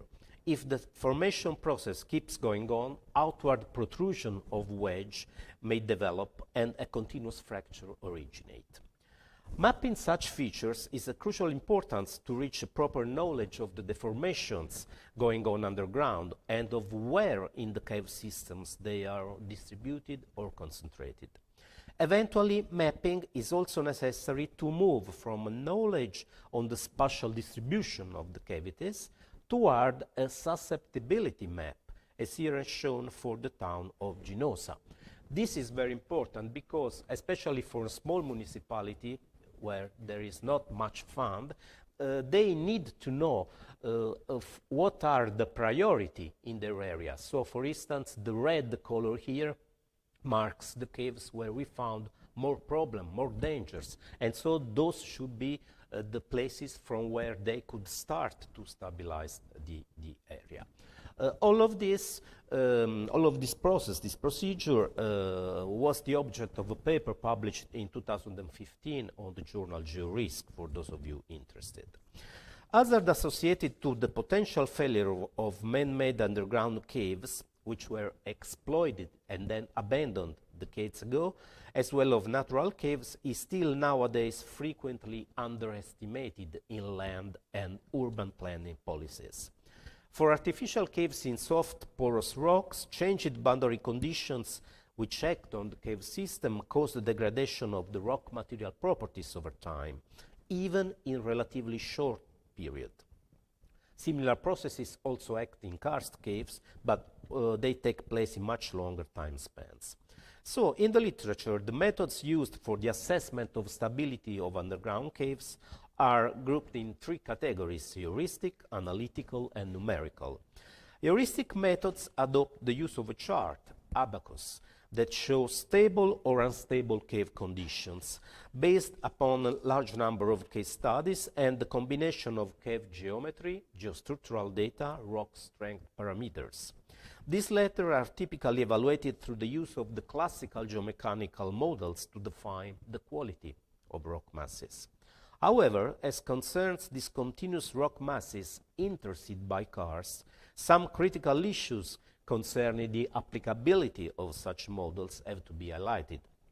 Essentially, these are the uncertainties in the selection of the most proper approach, discontinuum or equivalent continuum, and the presence of largely unpredictable karst features. Such difficulties complicate significantly the understanding of the stress-strain behavior of karstified rock masses.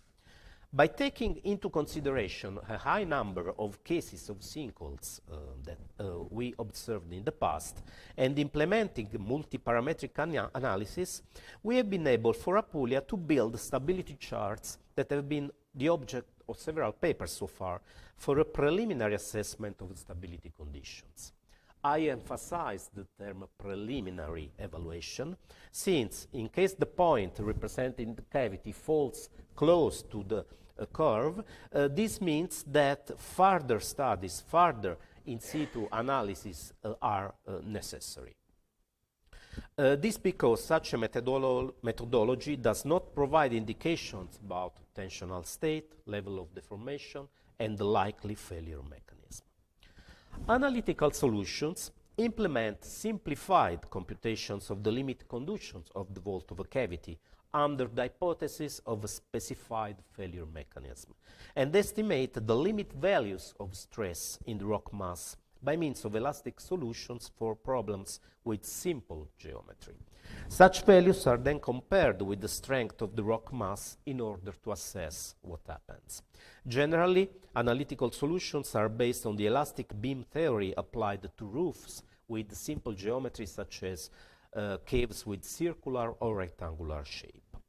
A large set of finite element analysis has been carried out in Apulia to investigate the equilibrium conditions or the potential failure mechanisms for artificial underground caves in soft calcarenites that were dug to extract building materials. As you can appreciate from this map, Apulian calcarenites range in age from Miocene to Quaternary, covering wide areas of the region, especially along the coast and in the south in the Salento Peninsula. Due to relatively continuous, not fissured deposits, the finite element method has resulted to be particularly suitable to explore the stress-strain conditions in rock masses up to development of the failure mechanism. Although perfect plasticity conditions have been assumed, which is not always true. We performed the parametric analysis regarding the influence of the roof shape of caves on the strength mobilized at failure in the rock mass and the associated failure mechanism.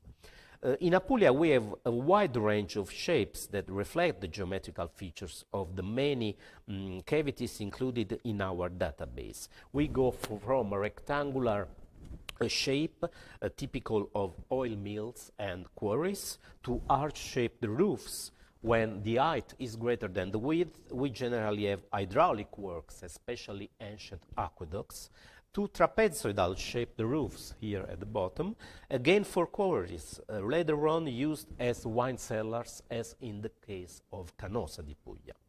Let's have a look at an example of application of this numerical modeling to the case of the Cutrofiano calcarenite underground quarries. You see here the stratigraphy with sands and clays overlying the calcarenite, which upper member, locally called Mazzaro, is the hardest and was used by workers as the roof of the cave systems.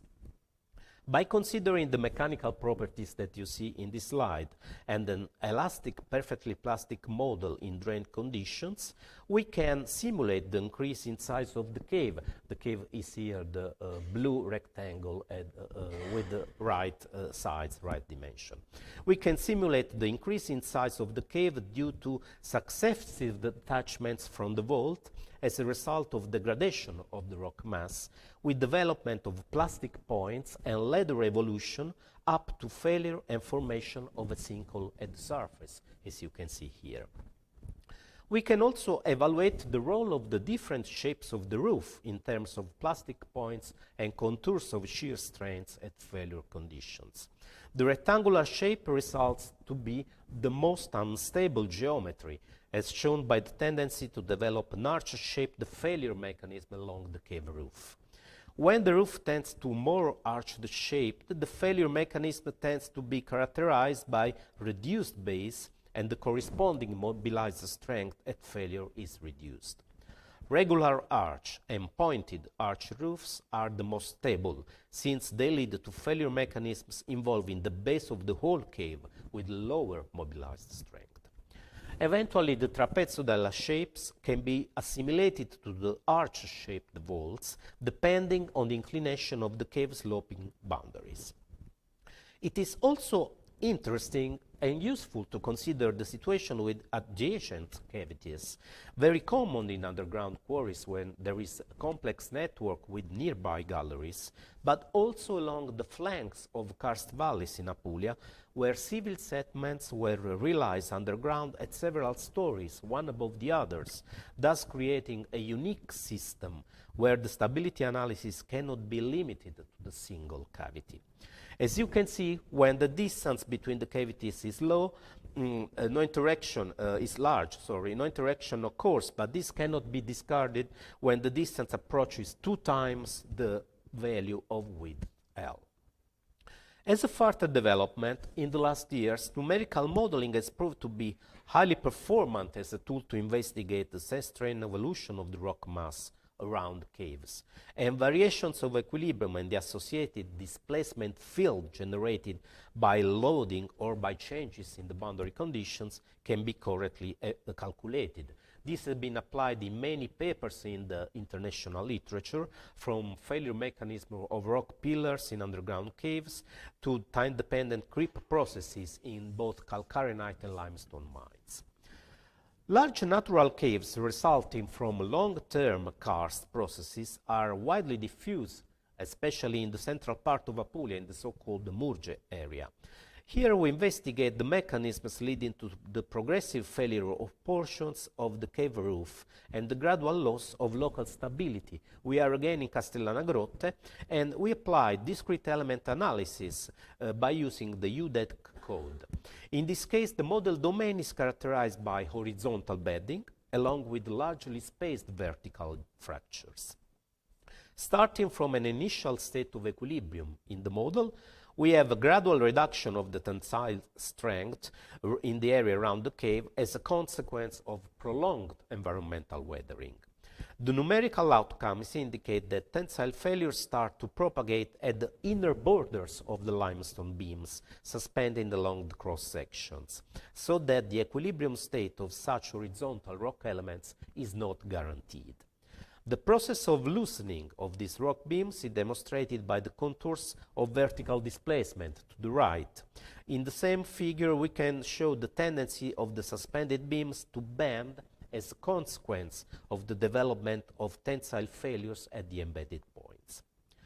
For problems concerning the stability of intact rock masses at low stress level, as for example stability of shallow underground caves, the brittle stress-strain response of rock in the post-peak stage cannot be disregarded to the risk of overestimation of the stability factor. The stability of an ideal underground cave in an intact soft calcareonite rock mass can be treated through hybrid finite discrete element method code, which allows for simulating the rock stress-strain brittle behavior in a stable way from a computational standpoint. In hybrid method, continuum behavior is modeled through finite elements, while the discontinuum behavior is analyzed by discrete elements, and the transition from continuum to discontinuum is simulated through fracture and fragmentation processes. This is an example with the mesh domain with the cave of 6 times 4 square meters cross-section area. To reduce the problem of mesh dependency on numerical results, a very fine mesh has been adopted. If a moderate to high energy fracture is taken into account, the cave system results to be unstable in the middle figure here, with local failure, but if we increase, we have strong brittleness assumptions, we go to global failure as here. So, to summarize, we have tried in this presentation, in a sort of a review, to present some conceptual remarks about the application of numerical modeling in the hazard assessment of both natural and man-made underground caves. To this purpose, we have shown some applications of numerical modeling techniques, highlighting the great advantage arising from their use, but at the same time emphasizing the need to build such models based upon robust geological data and direct observations, whenever possible, from within the cave. In conclusion, to develop a numerical analysis aimed at investigating the equilibrium conditions of the failure mechanism of a rock mass surrounding an underground cave, a proper numerical method should be chosen in accordance to the rock mass conditions and the main features of the process we want to explore.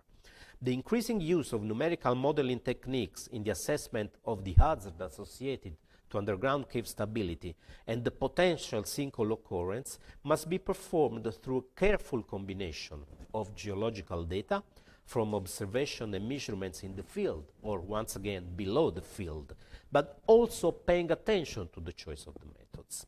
When the models are built in strong connection with geological and geomorphological evidences, the corresponding results can provide useful indications about the conditions for activating a sinkhole mechanism, as well as the triggering factors.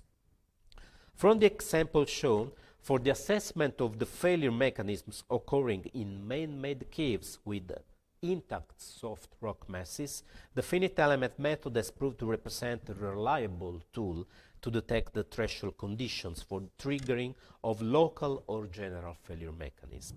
In this context, significant upgrades have been performed in the last years on the pre-processing stages of the models, and in particular in the process of numerical implementation of complex 3D geometries from point clouds obtained from laser scanning surveys. For natural karst caves characterized by anisotropic rock mass behavior induced by the presence of discontinuities, primary discontinuities as bedding, but also secondary discontinuities such as joints, fractures, faults, the discrete element method is also useful to detect the evolution of the stress-strain conditions leading to cave enlargement and final collapse. With particular reference to the role of tensile shear failure along discontinuities. Finally, to account for the fracture mechanism and the associated role of rock brittleness, more advanced hybrid finite discrete element methods are nowadays available. Time is past, so at this stage I thank you very much for your kind attention.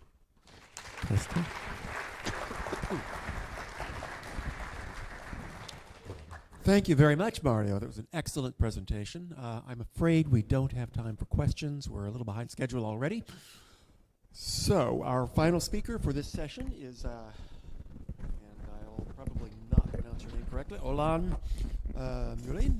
We'll be talking about sinkhole susceptibility analysis using machine learning for West Central Florida. Ola, thank you.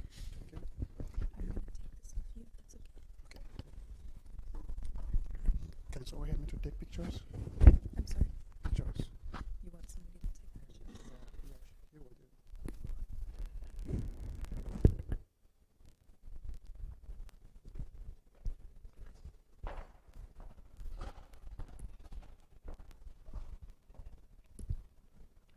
So thank you very much, everyone. My name is Olanrewaju Muili. You can simply call me Hola. I have my bachelor's in geology from Nigeria. I have my master's in geosciences from Georgia State University.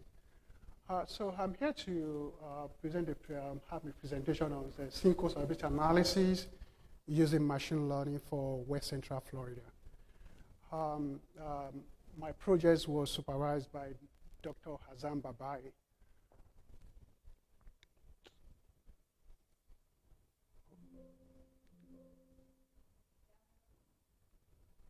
Okay, so before I go into the nitty-gritty of the presentation, so I would like to take you through my outline for today. I will start with the introduction, then I quickly go on to my study area because of the time.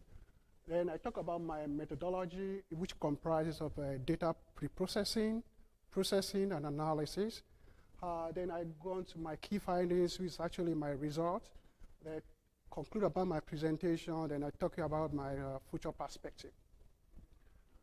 Okay, so basically a lot has been said about sinkhole formation, most especially in Florida. But for the sake of people that are just joining today, so just like sinkholes are depressions that are usually caused by the collapse of the underlying layer. And if you're looking at this slide, so most interesting part of it is actually looking at the amount that's been spent on the sinkhole in Florida, most especially according to the Florida Office of Insurance Regulation. So about in 2010, based on the report that came out in 2010, they actually recorded over 24,000 sinkholes in Florida, and which actually attributed to about $1.4 billion. That was a lot. So environmental impact, we know that 40% of the US groundwater is actually coming from the Karst terrain. The population pressure, someone mentioned the presentation that about 1,000 people come into the Florida every day. That's a lot. So people when you have too much population, then there's going to be a tendency to actually extend into unproven area. Changes in runoff caused by the residential building infrastructures can also actually affect the delicate geological structure of the state. So when we began this project, so we have one major objective. So we wanted to bridge the gap between geology, geophysics, and computer, that is information technology. So using the machine learning, which is a branch under artificial intelligence. Then how are we going to do this? So we look at it, okay, there are two steps. The first step is just really to compare the predictive capability of different machine learning models. So we look at 5 machine learning models. Then we look at which of the one that actually has the highest predictive capability. Then we use that to produce it, to construct a susceptibility analysis for the study area. So a couple of definitions here. So sinkholes basically is just the likelihood of finding sinkholes in a particular area. So machine learning is a field of study that actually gives computer the ability to learn and actually make predictions without especially programmed. So if you look at what I have at the bottom of the slide, we're just trying to differentiate between different aspects of activities when it comes to mapping. We have susceptibility, we have hazard, exposure, vulnerability, and risks. These are totally different. So our project focused on susceptibility, which is the likelihood of having sinkhole in a particular area. So the hazard talks about the where and when. That is, we have a time and spatial variations put into the analysis. So why machine learning? So so a lot of things have been said using different geotechnical or geophysical investigations. But can we have can we leverage IT to be able to have something that gives us a kind of a tracking system, or something that gives us a kind of a early warning system? We don't need to wait until when this thing happens before we actually take care of it. So what machine learning helps is be able to track it and tell us when exactly this thing is going to happen. Is it possible? Yes, it's possible. Then looking at some areas were not really kind of impossible or difficult to actually explore some area. For example, marine settings or forested areas may not be able to run some lines on there, but with the help of machine learning, you can easily cover a whole lot of area without actually stepping out of your office. It's less expensive because a lot of tremendous work has been done, really, most especially by the Florida Department of Environmental Protection, Florida Department of Transportation, and Florida Geological Survey. They've done a lot of work, and they have a whole lot of data that we can actually work with. So, and the libraries to use for machine learning, Python libraries, they are very, very open. They are all open source. So you don't need to spend a lot or anything. You can just get all the data in there, use the technical analysis, then you get your result out. So this is my study area. It's West Central Florida. It has a comprised of 8 counties. We have Citrus, we have Sonta, Orlando, Pasco, Pinellas, Hillsborough, Manatee, Polk, and so this whole area is actually referred to like Tampa Bay, and based on literature review, a lot of sinkholes activities actually did a lot of disturbance in this area.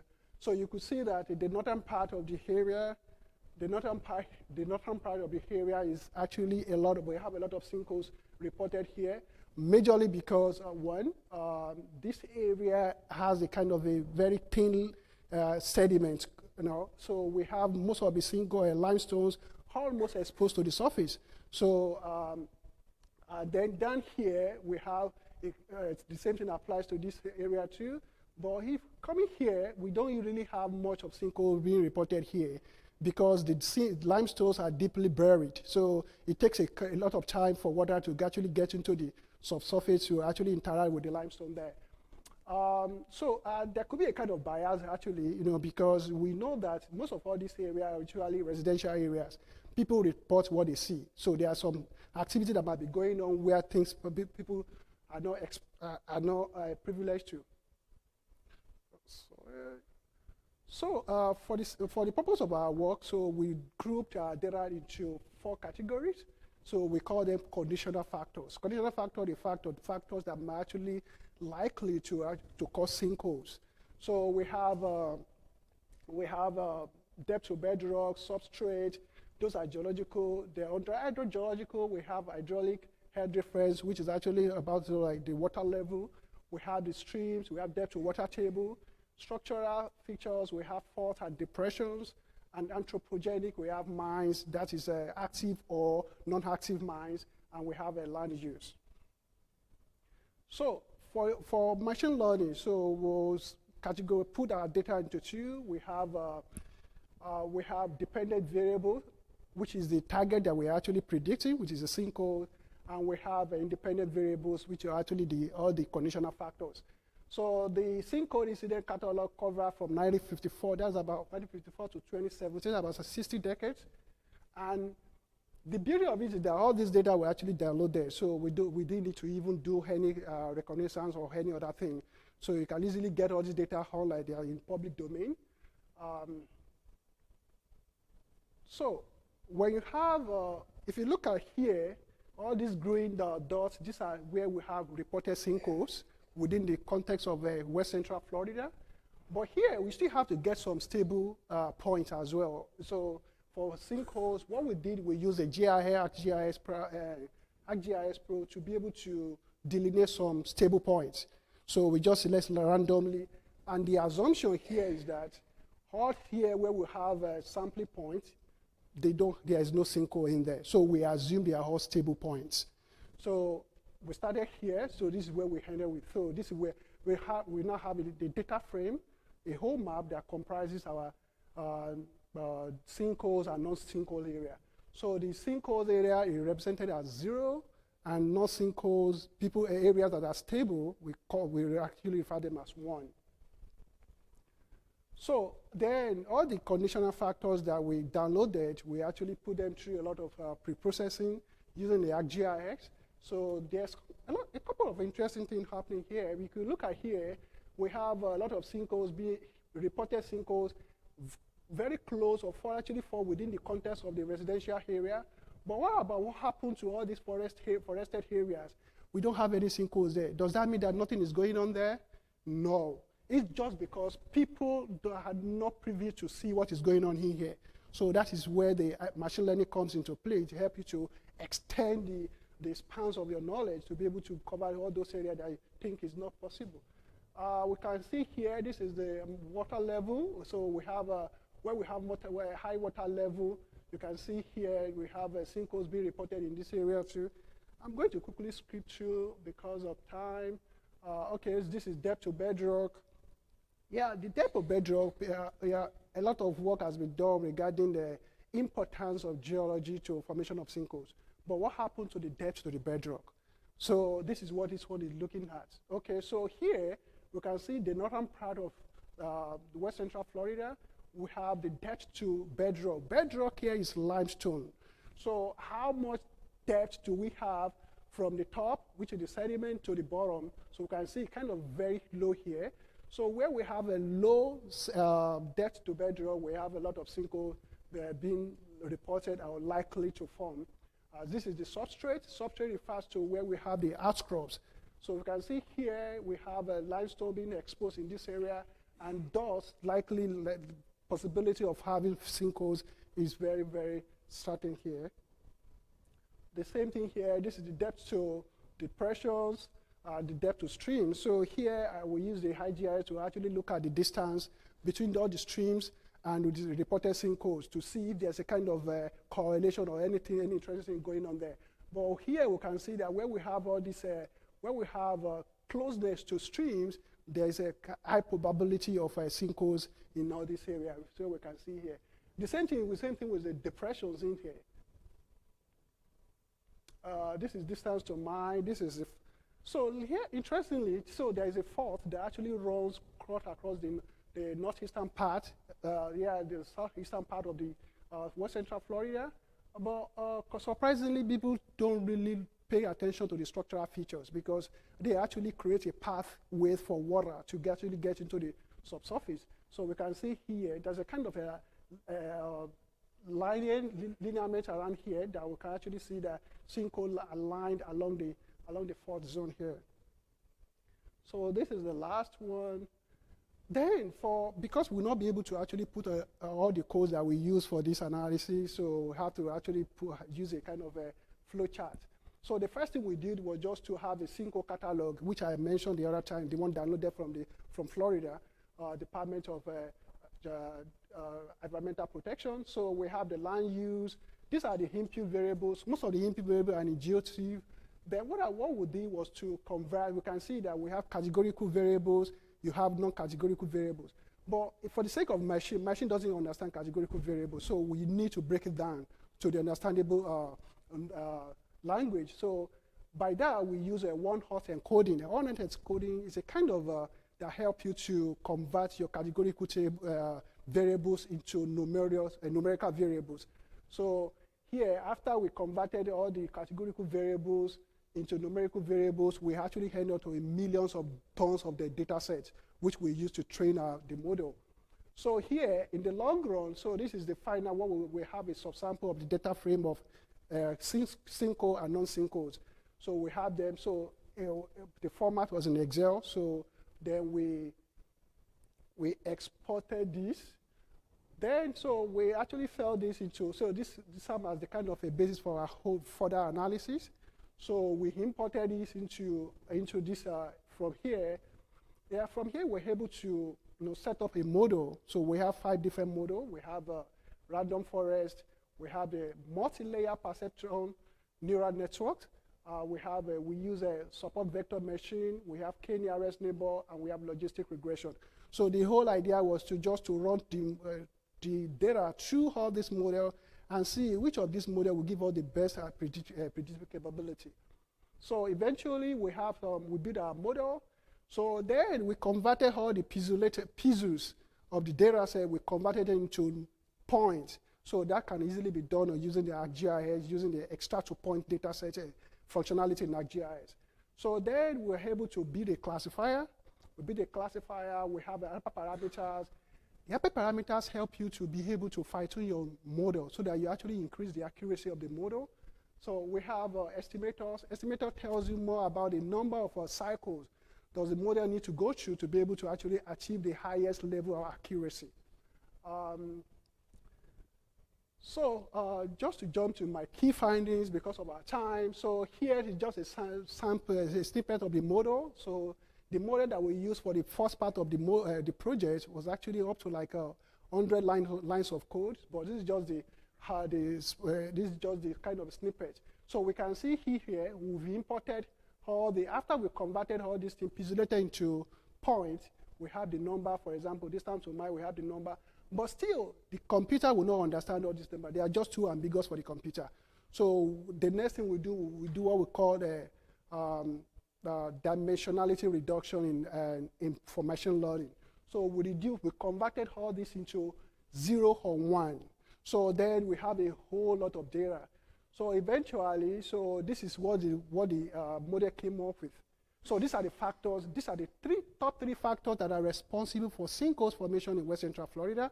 So according to, we use the information gain ratio is an opposite of entropy. So for depth to bedrock, the model told us that it took about 45%. It responded 45% for the formation of sinkhole, land use 20%, and distance to fault, that is distance to structural features like faults and fractures, took about 12% of the responsibility for the formation of sinkholes in West Central Florida. So now, based on comparing the predictive capability, we can actually see here that random forest, one of the models, actually outperformed every other model across all the metrics that we use. So we can see the accuracy, about 93%. So then this helps us to move to the next stage of our objective. How can we now use the best performed model to do a comprehensive susceptibility analysis for the study area? So this is just the kind of like flowcharts for the susceptibility analysis.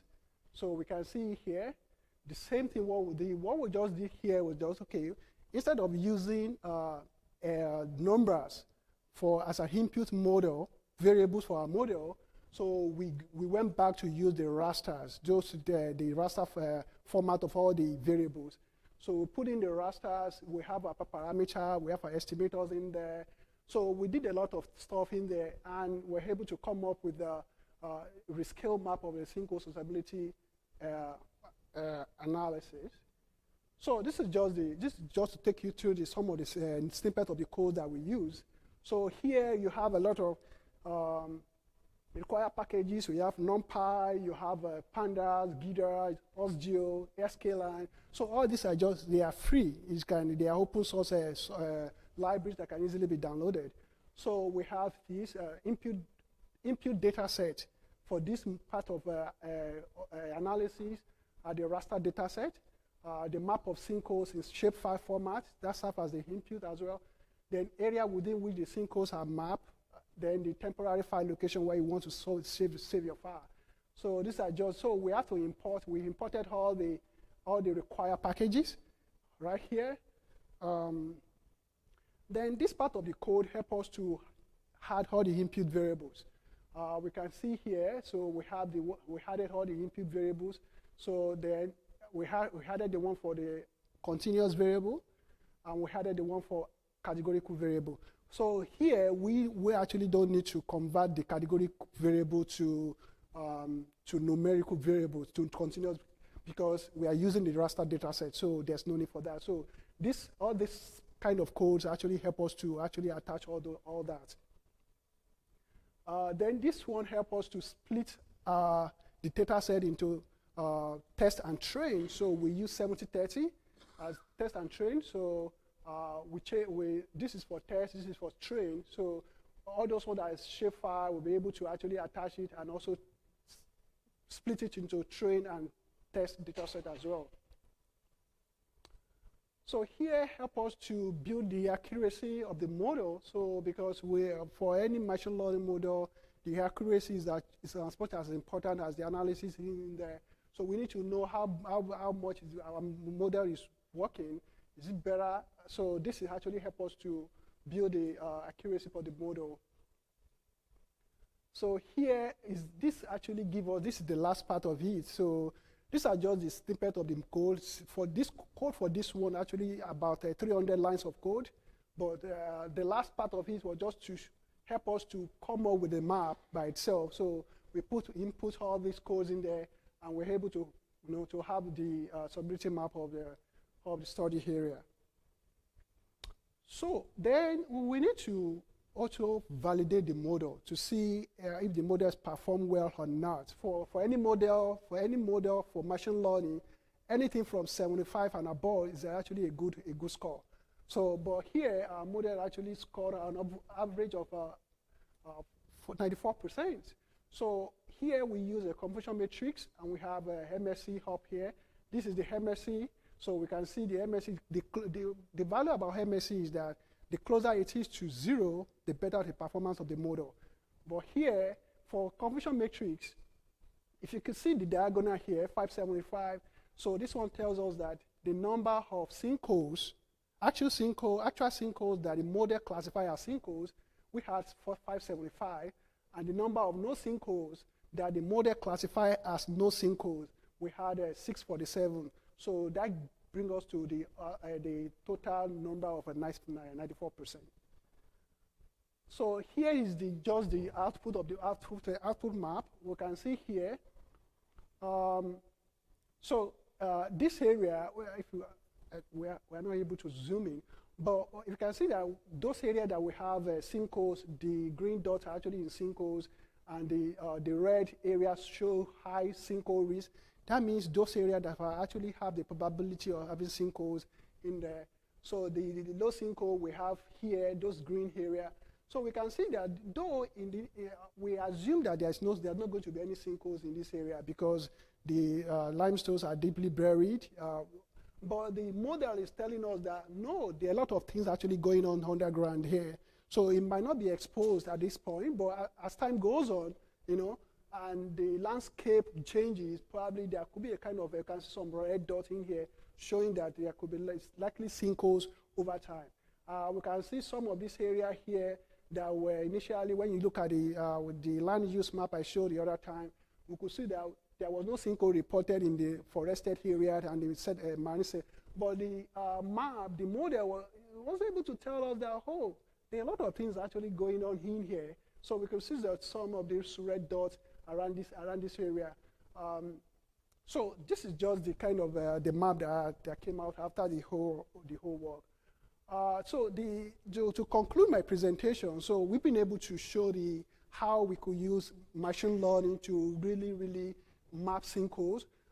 It's not only for sinkholes, it can actually go across environmental protection and any geotechnical investigations.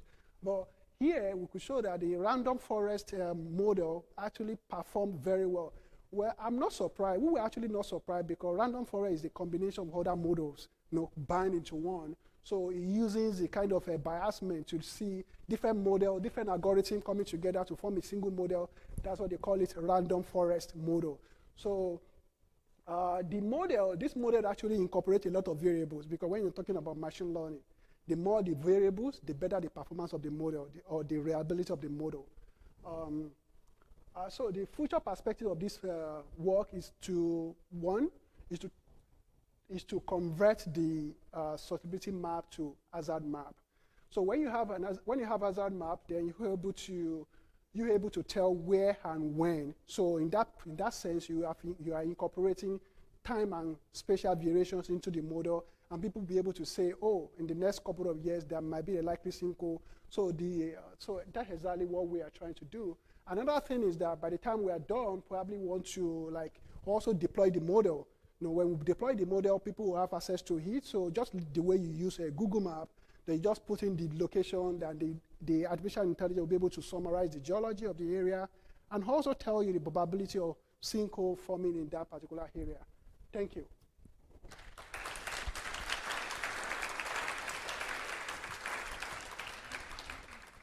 Well, thank you so much, Olan. Excellent presentation. It is, I would say that we don't have time for questions, but it's actually time for a break. So you may ask Olan as many questions as you'd like. We're running about 5 minutes behind schedule, so I would like to suggest that we reconvene here at 11:20 for the next session on geomorphology and the formation of karst and sinkholes. So I'm Christopher Williams with the Florida Geological Survey. I'll be moderating for the session. And the first speaker today is going to be Isabella Serena Liso and sinkhole development at the freshwater saltwater interface in Apulia.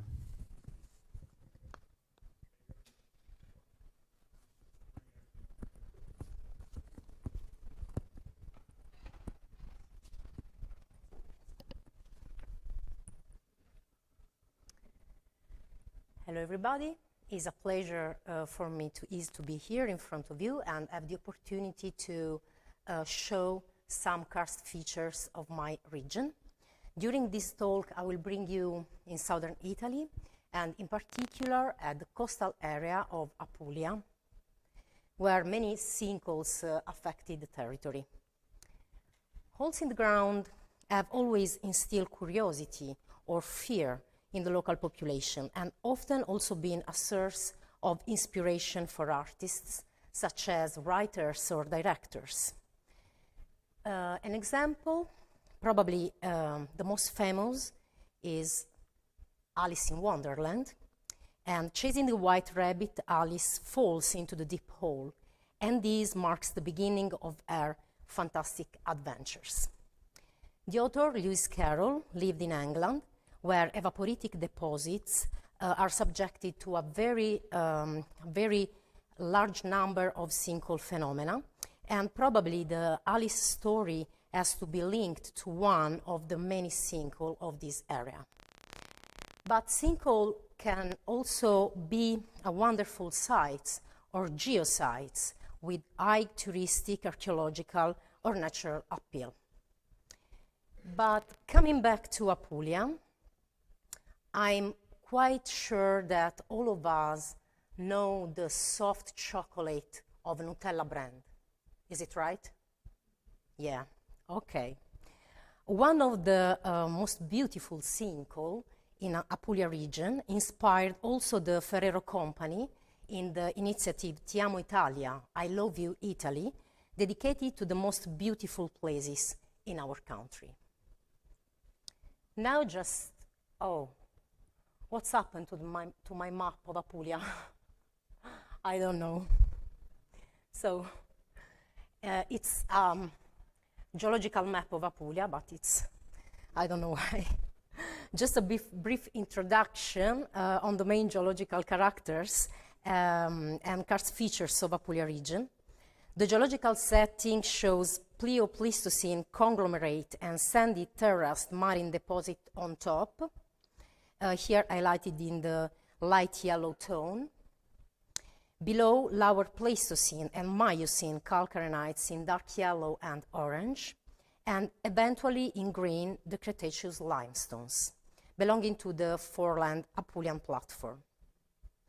As you can see in this strange map, the most of the territory, more than 2/3, are characterized by soluble rock at outcrop, determining a widespread karst phenomena. Also this map is, I don't know why. This is the karst structural geomorphological map, where caves are mapped in orange, dolines in green, and swallow holes with little circles. But the Apulian karst, the Apulian karst can be subdivided in 3 main karst sectors. We have Gargano Promontory to the north, Apulian Murge Plateau in the center, and Salento Peninsula to the south.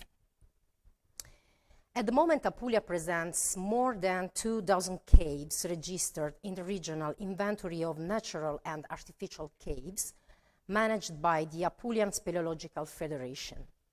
And as you can see, many caves are at the coastline. And these caves are shaped, of course, by karst, but they are also affected by marine action and weathering, so that many caves are prone to collapse in coastal area.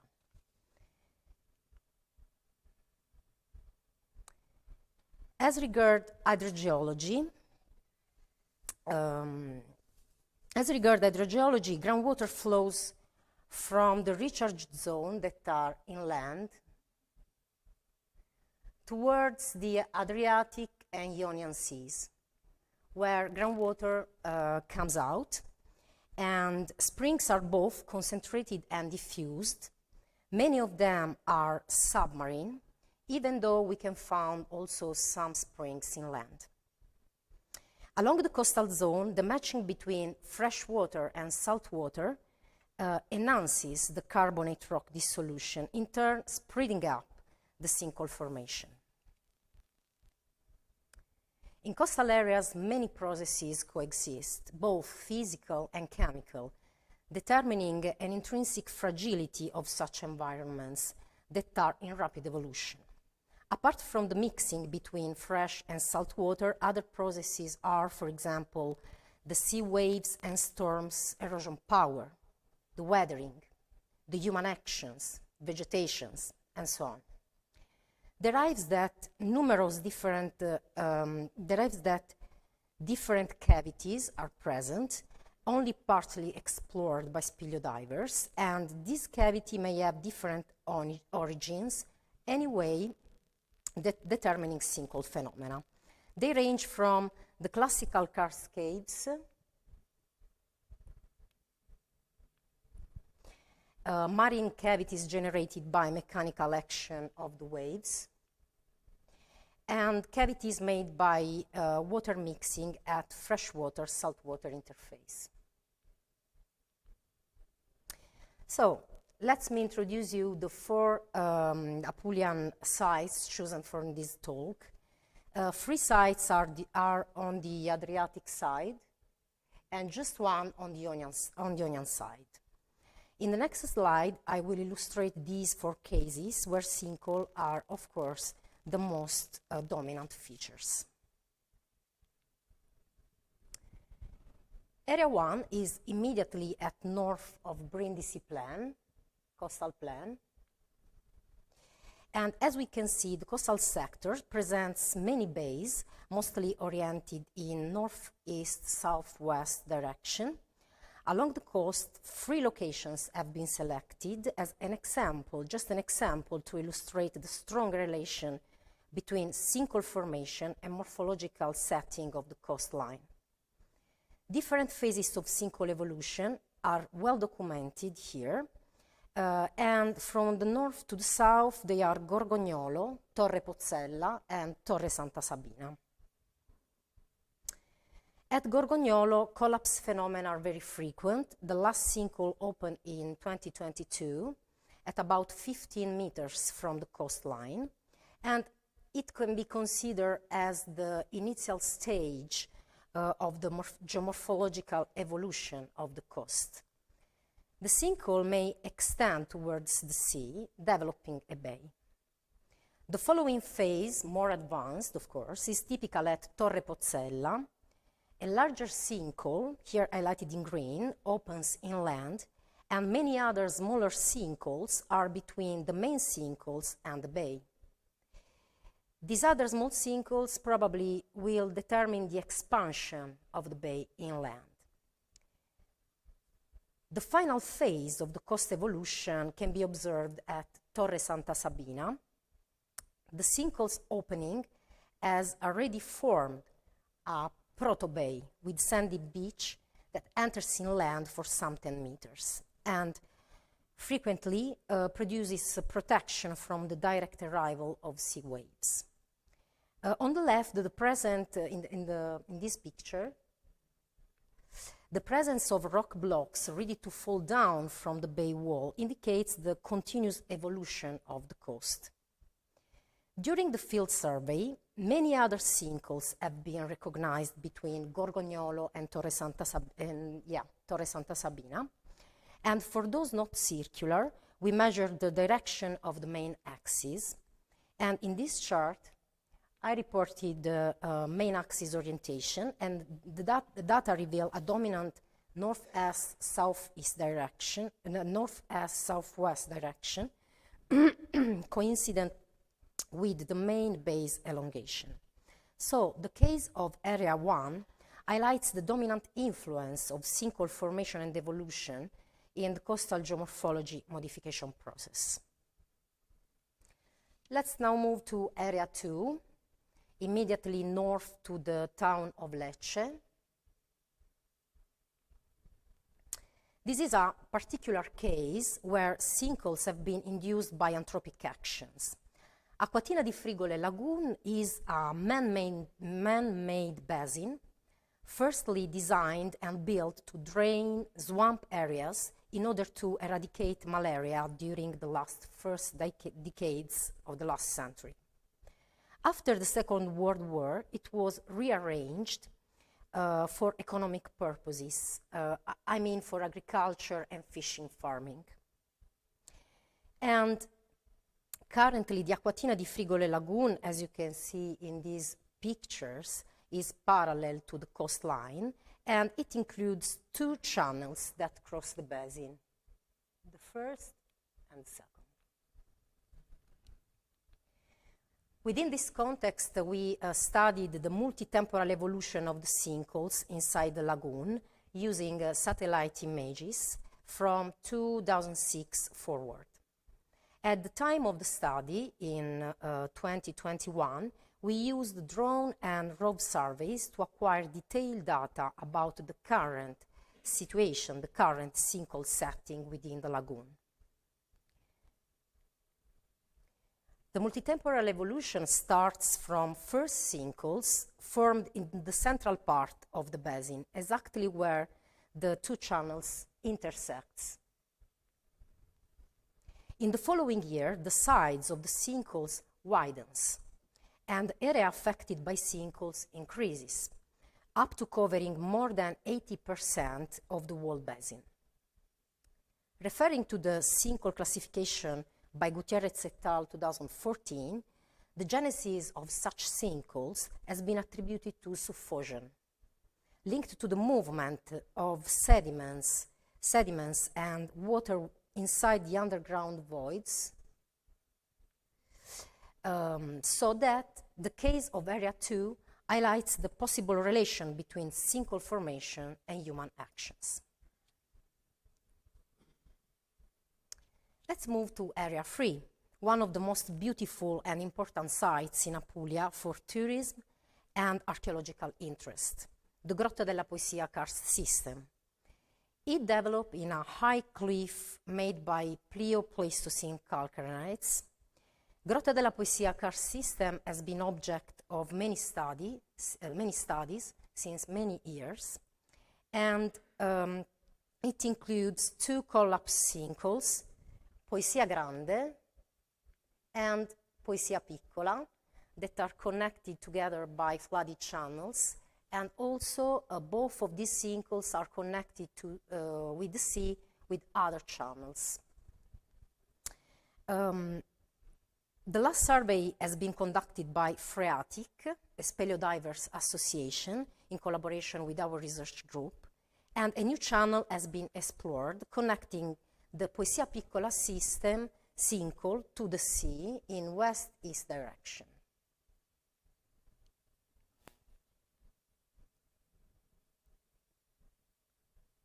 Sorry. No. Okay.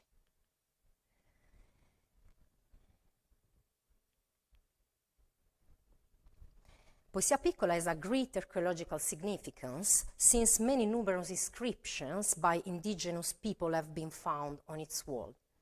The word poesia, that literally means poetry, derives from the word posis, one of the many words in ancient Greek language that indicate freshwater springs. So it is believed that inside the Poesia Piccola, within the sinkhole, there was a freshwater spring, and that the site was frequented by sailors to thank the gods before embarking to cross the Adriatic or on their return.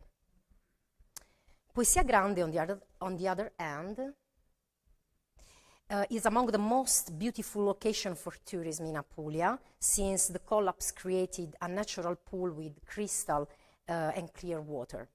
During summer, as you can see in the picture, many tourists crowd the sinkhole wall and use them as a springboard to dive into the blue waters. The archaeological importance of the site is further documented at Roccavecchia, located on the nearby promontory, which was the main fortified site along the coast during the Middle Bronze Age. Along the coast surrounding Roccavecchia, many other sinkholes are present, and some of them are very recent. Similar situation in high cliff are widespread along the other location on the Apulian coasts, as these two sinkholes sharing the same name, Grotta Sfondata, meaning broken cave. They are at the opposite extremities of the region, one at Gargano Promontory to the north and the other in Salento Peninsula to the south. They are classic collapse sinkholes originated by sea wave actions that produced upward falls from the roof of the marine cave until eventually breaking the final portion of the rock.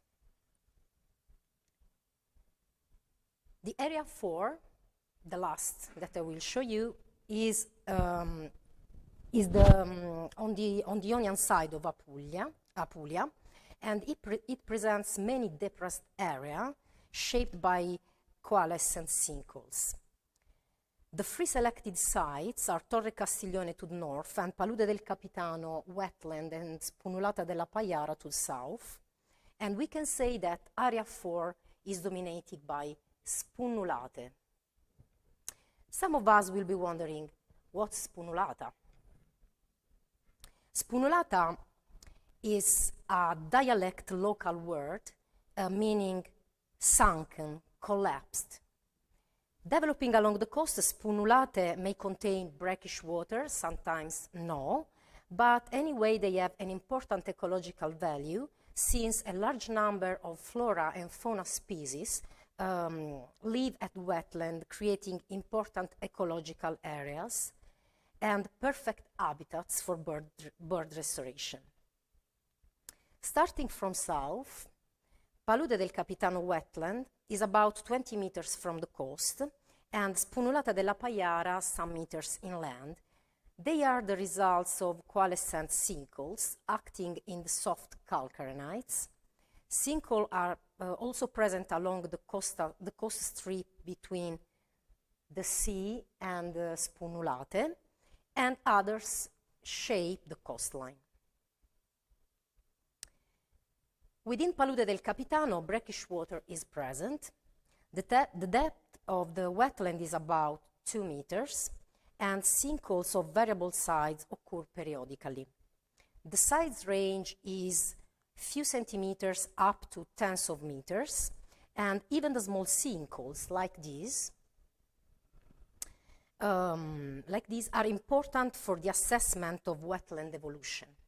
Following the distribution of this small sinkhole, it is possible to understand directly from the surface what will be the evolution of the wetland in the future. And other useful information can be also obtained from the enlarged fractures like these. I mean, the orientation of these enlarged fractures. Speleodivers from Apogon Association have partially explored the submerged environment of Palude del Capitano, and many karst conduits are too small to allow divers access. But speleodivers reported pictures and short movies on many submerged sinkholes where, under specific particular condition, fresh water emerges directly from the bottom of these structures. University of Bari and Trieste, in collaboration with Apogon Association, are currently studying the system by exploration and also by installation of multi-parameter probes, measuring level, pH, electrical conductivity, and dissolved oxygen. And the probes have been installed in the brackish lagoon in order to capture every fluctuation of water parameters as a function of groundwater outflow variation and or sea tides effect. Spunulata della Paiara is about 20 meters inland from Palude del Capitano along northwest-southeast direction. It's one of the main regional structural directions, testifying the strong influence and relation between tectonics and sinkhole evolution. The exploration of submerged environments was also possible here. You can notice the limestone anastomosis. The limestone anastomosis derived from the high corrosion power of the freshwater saltwater mixing on limestone, and the soft rock character of the calcarenite enhances collapses from the wall and vault of flooded channels. Moving further south, Torre Castiglione, the last site I will show you, can be described as a more advanced stage of the previous cases. Here, about 60 spunulate have been mapped between Torre Lapillo and Torre Castiglione, and the largest cross the most important motorway in the area, SP 314, heavily frequented by tourists, especially during summer, and these latter have been explored some years ago by speleo divers that reported a presence of large flooded channels about 4 or 5 meters high and a significant number of collapsed deposits at the bottom of the channel. The entire gallery network develops at the contact between calcarenites and limestone, Cretaceous limestone. And they are preferentially oriented, the spunulate are preferentially oriented in northwest-southeast direction, following again the regional structural direction. It is probable that in this area will be a huge wetland for sinkhole coalitions, developing in something like this, Parco delle Cesine, that is, as you can see, at the opposite side of the peninsula. And Parco delle Cesine is an extended marshy area at an advanced evolution stage compared to the cases presented at Torre Castiglione and Spunulata della Paiara. And it is a protected area as it hosts a very vast fauna and fauna ecosystem. Delle Rose and Parise published in 2002 a schematic temporal evolution of this site. And if we compare the features of Area 4 with those provided in this slide, we can say that Palude del Capitano and Torre Castiglione are more or less between the phase B enlargement sinkhole and C, coalition sinkhole. To conclude, I would like just to remark some interesting point. Being a Karst Peninsula, in Apulia, sinkholes are very diffuse landforms, especially along the coastline. And here, various factors accelerate the sinkhole formation. And the evolution of such sinkholes determine the future coastal morphology. Apulian sinkhole may have different values as geosites, places of interest for tourists, wetland of ecological relevance, and so on. But the possibility of sinkhole formation through rapid collapses, of course, represent also a situation of potential hazard, especially during summer. Given the high fragility of the Apulian coast, detailed studies about sinkhole are of interest and should deserve greater attention by the authorities in our region. So, to conclude, I would like to thank all my colleagues that have contributed to this work, in particular my supervisor, Mario Parise, for his constant support, all the members of the organizing committee of this conference for giving me the possibility to have one of the Beck Award, and eventually all of you for your great attention. Thank you very much.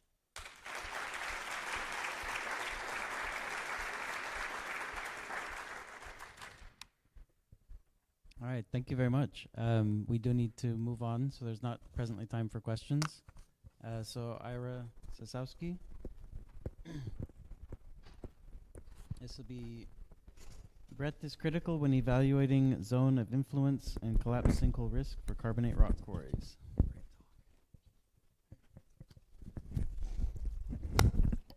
Thanks. So Mike, Byle, and I are going to tag team this.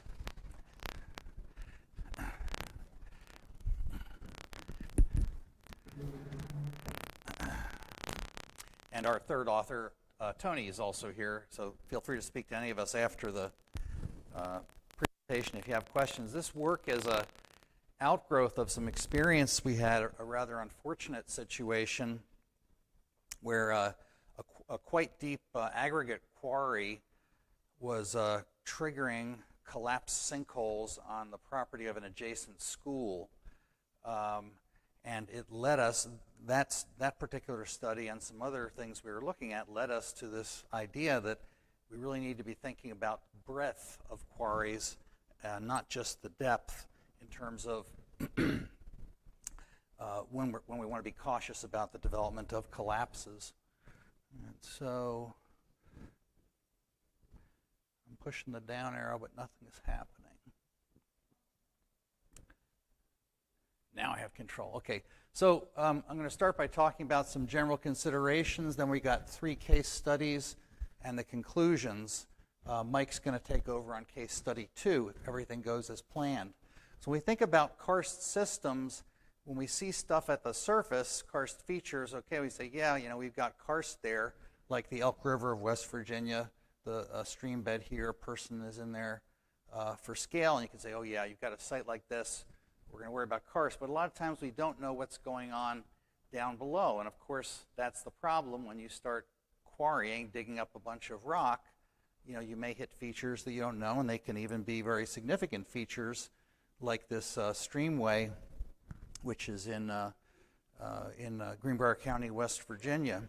So the question is, what kind of knowledge can we use to sort of inform and maybe do quarry expansions a little bit more safely, or at least a little bit more predictably? So when we think about issues with quarrying, most of the time we're really thinking about issues with dewatering. And of course the 2 main issues that come up are loss of wells that are adjacent to the properties, in other words, lowering of the water table so people no longer have water supply, or the inducement of subsidence, and particularly collapsed sinkholes. Now, as a back-of-the-envelope type of calculation, you know, we get out our hydrogeology textbook and we say, well, you know, it's a big area, we can sort of treat it as an equivalent porous medium, so you know, I'm going to use the time equation to determine the zone of influence and the drawdown. And with that, of course, you know, we can just, if we know the depth of the well and the diameter of the well, in this case the well is the quarry pit, you know, we know the pumping, you know, we can make some assumptions and we can, pardon me, calculate the radius of influence. But this is not really appropriate in most instances where you have carbonate rock, and there may be some exceptions, right? But this is a diagram that sort of shows, you know, just a cartoon of an equivalent porous medium zone of influence, which is elliptical, and then in cross-section it looks something like this. But if we have a conduit-controlled zone of influence, the zone of influence may be extremely irregular and very, very unpredictable. But unpredictable doesn't mean that we can't have some insights, and this is what we want to talk about today. Conduit systems don't develop randomly. They develop in rather predictable ways depending upon what the material is and what the boundary conditions are. And so the materials, you know, whether we have a dense micrite like this or a piece of the Biscayne aquifer that looks like this, you know, maybe in this case we can do an equivalent porous medium because it is so porous, but in many other cases we can't. In terms of the way that caves develop, this is from Art Palmer's paper in 1991, We've got three very different types of caves here, A, B, and C, but they're all essentially developed flat. Okay? In relatively flat-lying rocks, they develop flat. And the exception here, the ramiform type caves, they can develop in a more storied way. But this is something very useful to think about when we think about quarry expansion. Now, our experience has been that when we're talking to regulatory agencies, permitting and changes to permits usually looks at change in depth. Okay, are they going to be allowed to go deeper? And the secondary consideration is, what is the limit of mining? In other words, the area. And so everybody's worried about depth. They say, we go deeper, we're going to have a deeper cone of depression and it's going to grow bigger. But in our experience, actually growing laterally is the most dangerous thing, because you're more likely to hit a conduit when you do that. And this is just a diagram to point out. Of all the caves that we've mapped in the world, we have a depth range of most caves is less than 1 kilometer, which is the thinnest little skin on the top of the crust of the earth. And even the really deep caves actually don't have very deep roof thicknesses usually. It's just that they're in a really steep type of setting, and so they're considered to be deep because they have a lot of change of elevation. And those, just to point out, this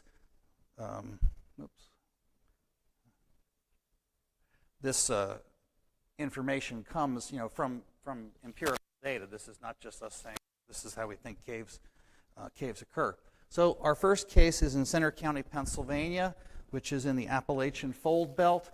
It doesn't show up so great on here, but we've got a belt of karst that's about 1,000 kilometers long and has a huge number of cairn fields and caves and so forth. We have the situation here was an aggregate quarry on the southeast corner of a valley. We'll show you a picture of it in a minute. And when they tried to expand that, they broke into some water-filled and sediment-filled conduits, and it was a major problem for them.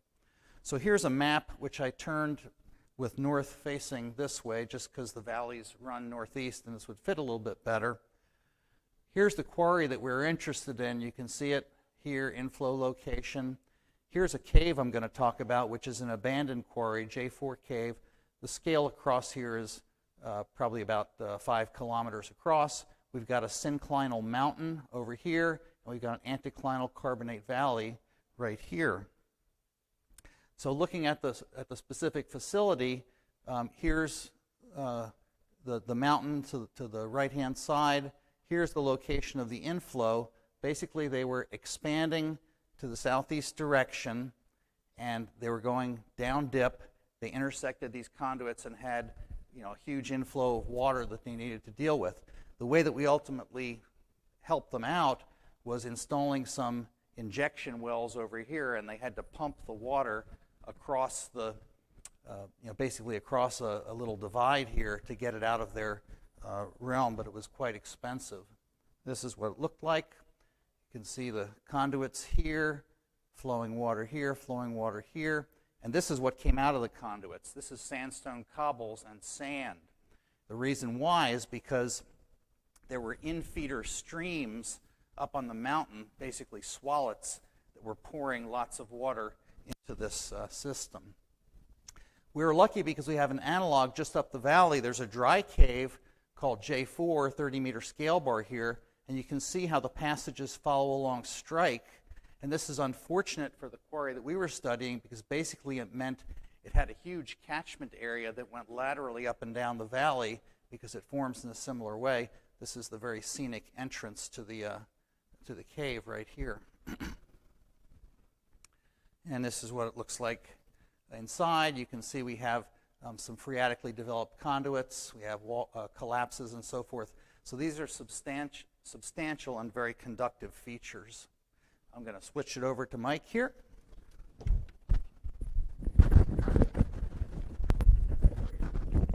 that in your pocket. Put this on you.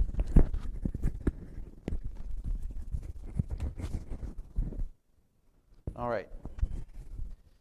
So we're going to talk about the second case which is in Bucks County, Pennsylvania. It's on the eastern side of the state. This is an interesting view. So it's near the Delaware River. It's probably within half a mile of the Delaware River. And it's in the highly formed Cambrian carbonates. It's a unique little valley where it's a relatively small exposure of the limestone in this area. And there's a lot of debate over exactly what the name of it should be, but I'm not going into that. So what's going on, there was a loss of a perennial stream, and there were ongoing sinkhole collapses during this whole event. So here's the location. You can see the Delaware River alongside and the location of the quarry. And so here's one of the Pennsylvania sinkhole maps was done by Kuchanov. And he maps closed depressions around the area. And this was a 1993 map. But the people who had been in this facility for these years didn't know anything about sinkholes. I mean, these were, at this time, mostly just basins, closed depressions, depressed areas in the landscape. This is what happened later as you can see the quarry presence here, and you can see all of these sinkholes forming in this area. And these happened over many years. They began in around 1989 or so, and then went through recently. So what you notice about the pit, I can point out, is this is the south pit, and this is the north pit. They started out mining the surface across here, and then deepened this area, and then expanded this way. So let's talk about sinkholes. A lot of different kinds of sinkholes out here. Most of these are cover collapse sinkholes that were forming that began. You can see there's a little flooding in the background going on there, so that there's low-lying areas. Not everywhere was that low-lying, but we had a variety of channels that would form, some lateral, going across top of rock. This is one of the larger ones. This was 80 feet across and 160 feet wide. You can see some of the rock outcrop in the bottom here of this. So what I'm going to focus on is we had a lot of monitoring wells out here, but it was, because of the Karst system and the conduits, it was really kind of random as to what happened, and would take a lot more analysis than we have time to cover. But there were these 3 wells that were located in this area that all responded together, and I'll show you a little bit why we think that is. So it makes a good record of the general response in that area. So this is what the quarry looks like today. One of the things I should point out is these the red dashed lines up there are some diabase dikes that had formed that were removed, and they were significant in some of the occurrence of sinkholes. Here's a view of the quarry, and you can see now the pits have been joined. There's still a little divider between the sumps. They had what they call the upper sump and the lower sump, but actually the bottom of these 2 sumps are at the same elevation. So, and you can see the creek discharge entering on the upper right there. So this is an interesting shot because this is the west wall of the quarry, so that the school would be over here, and this is a major ridge up here. But you can see the folding in the rock here. So we've got this synclinal formation where the rock is tight and folded, but we've got the more open features that are going to occur on the other side. So your basic lay of the land is something like that. So you got this anticlinal, synclinal folding going here. So if you look at this thing over its history, you'll find out that this is kind of a composite of the mining. This is the original the southern pit that went down, stayed at that elevation, and then the lateral expansion showing the depths that they were reaching and as they expanded laterally. And what's interesting to note is the onset of sinkholes really began here in '89, and then this increasing number of sinkholes that happened here, despite the fact that nothing got any deeper. So we mapped this relative to the static water level changes, and you can look at where the water level changed during these periods. We had some pretty massive drops initially when this happened, but it got worse as the expansion went along. One of the things is that in order to look at this, because there's a lot of scatter in the water level data in Karst in general, This is an monthly running average, so we would average the rates so that you could take out a lot of the peaks and get a better idea what the pattern is. You can see it would, you had relatively quiescent periods, it would drop, relatively quiescent, drop. So we had these kind of things that were directly relate to what features were encountered in the mining. And you look at when the sequence of when the sinkholes happened, they're closely associated or lag slightly behind drops in the groundwater. So here's the composite looking at the groundwater level dropping in this way, and then the sinkholes happening here. But the overall, this just maps the overall depth. So you see there's really no depth increase during all of this time period, but the frequency of sinkholes and the drop in the groundwater changed considerably. So we'll go on to another site. This one is in Cape Girardeau, Missouri. It's on the banks of the Mississippi River. It's in the Mississippi Embayment Province. It's what happened with this case is they were mining, and they had reached depth, and they were expanding the mine, and they encountered a soil-filled paleokarst conduit. And then it took a considerable amount of time, and they continued to mine. They actually mined below this feature, and then the plug failed, and it had a direct connection to the Mississippi River that flooded the quarry. So here's the location, right on the banks of Mississippi, just south of Cape Girardeau proper. This is a photo from a publication done by Bruce and Chalky. They did a nice paper on the mitigation of this. They had used hot bitumen grouting to seal off the conduit. But that flow was over 20,000 gallons a minute coming out of there. They were unable to get any pumps that could meet it. They lost a lot of equipment in here when that thing failed. And that was strictly during lateral expansion. So basically what happened here is this was the original pit, and they started expanding it to get additional limestone out of here. They encountered that conduit at this level. They mined beyond it and deeper. And then there were some sinkhole depressions that formed along here in the process before the quarry flooded. So the basic conclusions of the paper are that the EPM model really doesn't work in these situations, because if you're looking at a typical model, you wouldn't pick up these kind of variations. It misrepresents the behavior in this kind of karst. If you've got conduit-controlled hydrology, EPM is not going to do it. The heterogeneity provides anisotropy, and the case histories clearly demonstrate that the effects of that anisotropy as the mines have expanded. EPM should be avoided. I mean, if you're planning a quarry in these kind of areas and the permitting and whatnot, the modeling should not be based on EPM. I mean, it's kind of okay as a rule of thumb, but it's not going to really dictate what happens. Monitoring networks need to account for that regularity. I mean, if you've got a uniform drawdown, a few wells will do the job, but when you've got complex hydrogeology, you need more wells in the right places. And the effects of encountering these can be profound. Obviously, we got sinkholes forming, we had flooding the quarry, we had great expense, and rapid changes in inflows can happen. I mean, it's like in both of the last two examples, both instances, the pump rates went up considerably when that happened. In general, and the bottom line is that lateral expansion will not have a uniform effect on the surrounding area in these kind of karst areas. And the total volume of rock removed is probably more significant than just the depth or the width, because what you're looking at is the exposed perimeter and how many features can that perimeter encounter. That's really what's going to drive it. It's not just depth. So that concludes our presentation.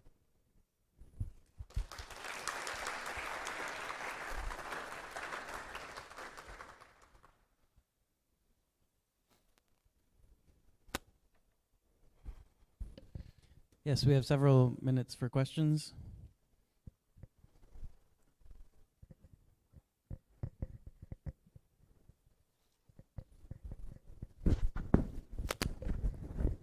Mike or Ira? Oh, it is on. Yeah. Okay. As I'm sure you well know, Maryland has a ZOI regulation as far as anything that might be damaged or harmed by quarrying. Any other states have that currently? Any kind of a zone of influence regulation that you're aware of? I'm not aware of it. Are you aware of it? there's not a specific regulation, but in the case of this, in this first case we looked at, it was basically stated that if they drew a map of zone of influence, and they said if there's any collapse that occurs in there, the quarry is responsible for it. But the only thing the quarry would do would bring up a truck full of aggregate and dump it into the sinkhole. They would not do a proper repair, and the DEP would not force them to do a proper repair. Okay. All right. Thank you. Yeah, similarly on the, I guess it was the second example, is that the DEP had required them to restore any wells that were damaged or well losses that had happened within that determined zone of influence. The interesting thing was that they didn't have enough wells to really map the zone of influence, and they put a dotted line on the plan, and that was the permanent zone of influence, and they never changed it throughout the life of the quarry, which was also a mistake.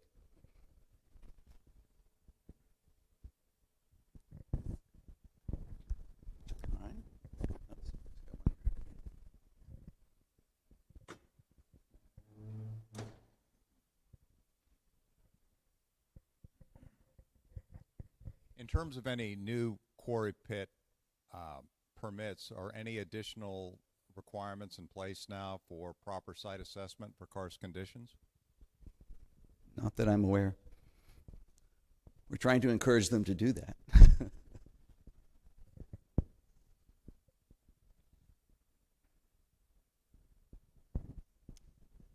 All right, well, thank you.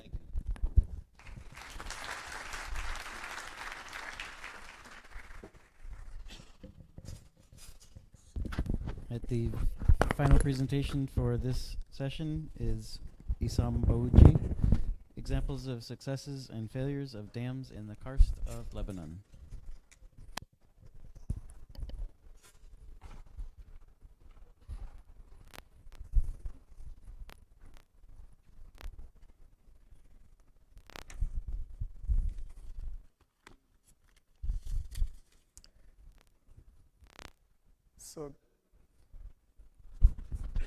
So the picture on the right here is actually one of the deepest sinkholes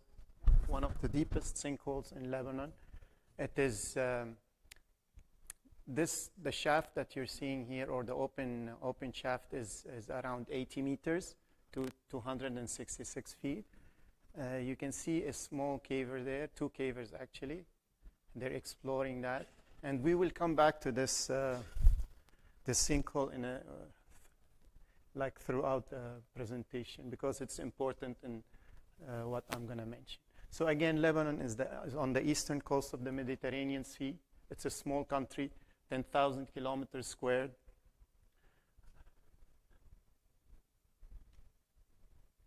Okay, with two mountain chains and the and the narrow coastal plain with an inland plain here, and mainly because of the restraining band on the Dead Sea Transform Fault.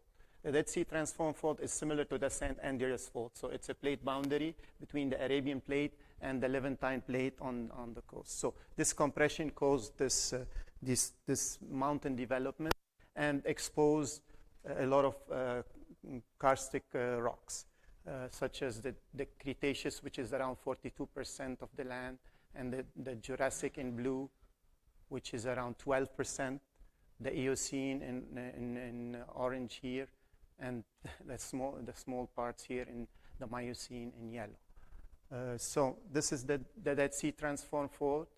It splits into several faults, the Yamuni, the Hasbaya, Rashaya, and they all created all these uplifts, the anticline, the syncline, the Bekaa Valley, and another anticline here. And why I'm mentioning that? Because of those secondary faults here. The secondary faults that you see here are dextral strike slip faults, and they are very important in the setting, and the setting for the karst and the setting for the structural setting, as we will see later on. So the first dam that was built in Lebanon was built in 1955. I'm not sure if you're aware of the Point 4 project by the U.S. government. It was put forward by the U.S. Bureau of Reclamation by President Truman to push back the push that the Soviet Union was, or the money that the Soviet Union was putting during that time. So there was a conflict. So anyways, I'm not going to go there, but the Bureau of Land Management investigated this site that was proposed by the locals here. Investigated this site, the Karaun Dam, which is the biggest dam so far in Lebanon. It stores around 220 million cubic meters, and it was successful. It was successful, and the water in the dam was filled in 2 phases, mainly because of several reasons. I'm going to mention a few of them. I'm not going to go through the details of that because there's a lot of dams that I'm going to go through. So mainly because the dips on either side were towards the dam. The water table was shallow 5 meters.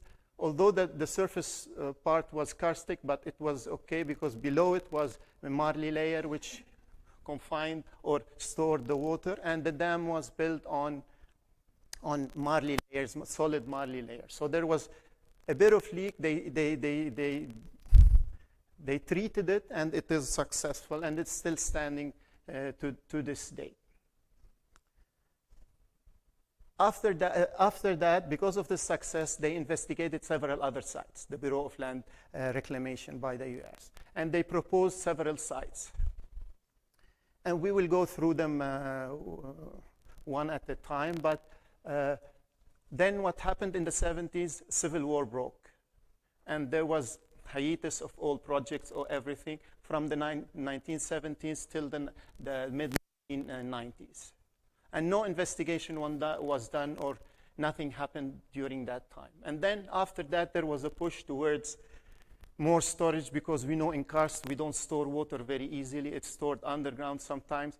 But because of the need for water, the Ministry of Water and Environment pushed towards building dams, or they had the plan to build more dams.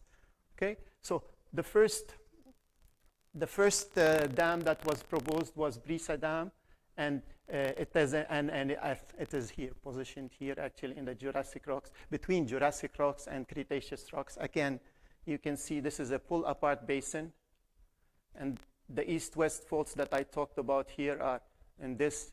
This is one of them.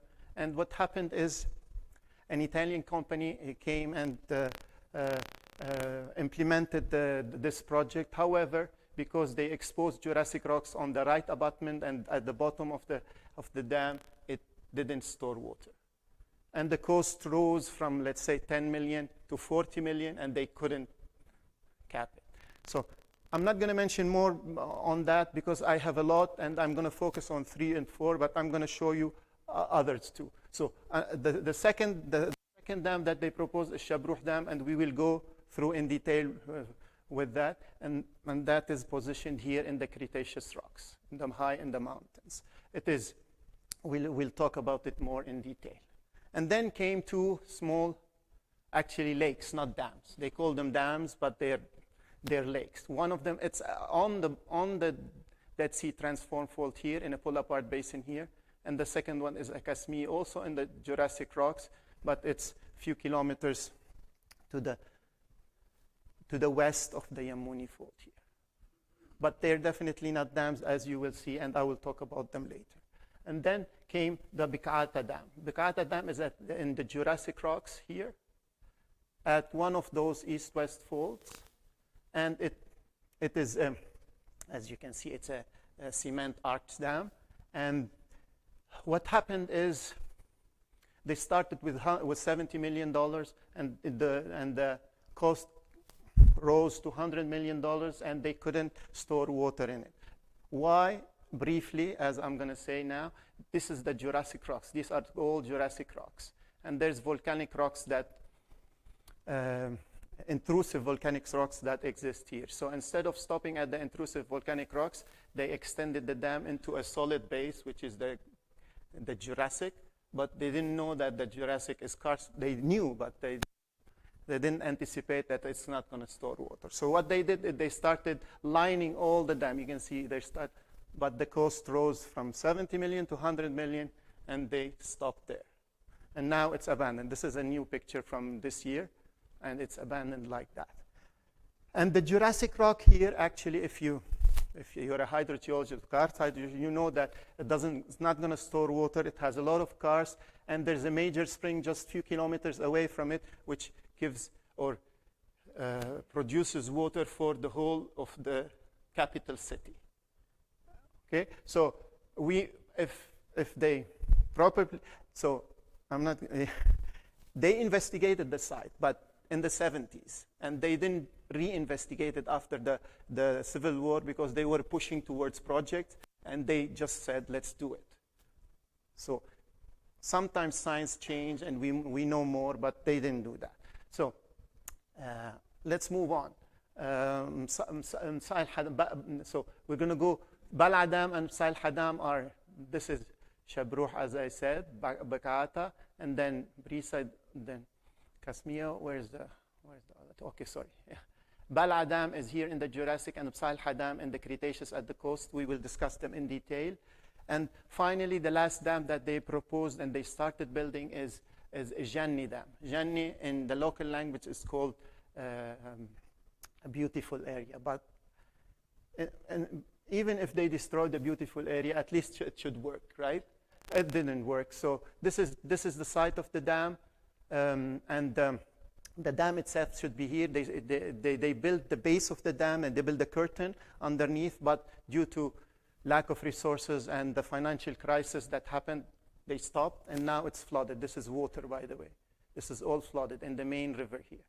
It's a huge dam. The plan was a big dam. So Janni was supposed to store 38 million cubic meters, and the height of the dam was supposed to be 100 meters in arched cement dam. It didn't work. They didn't finish it, actually. So not to say they didn't. So let's start with Shabruh Dam. Shabruh Dam is in the Cretaceous here. These are the Cretaceous rocks. This is the dam here. The water comes from 2 springs, and they store it in this area. The original proposal was good. The plan is good. They were supposed to stop at 1,550 meters, but because of political reasons and push towards more storage, they increased the elevation of the water and the elevation of the dam from 1,550 to 1,612, and we will see the effect now. So let me explain a bit about this area. This is the valley where the dam is. This is the dam. This is the storage area. These are the Jurassic rocks, the high mountains that you saw, and each one of those is a karstic feature, a doline actually.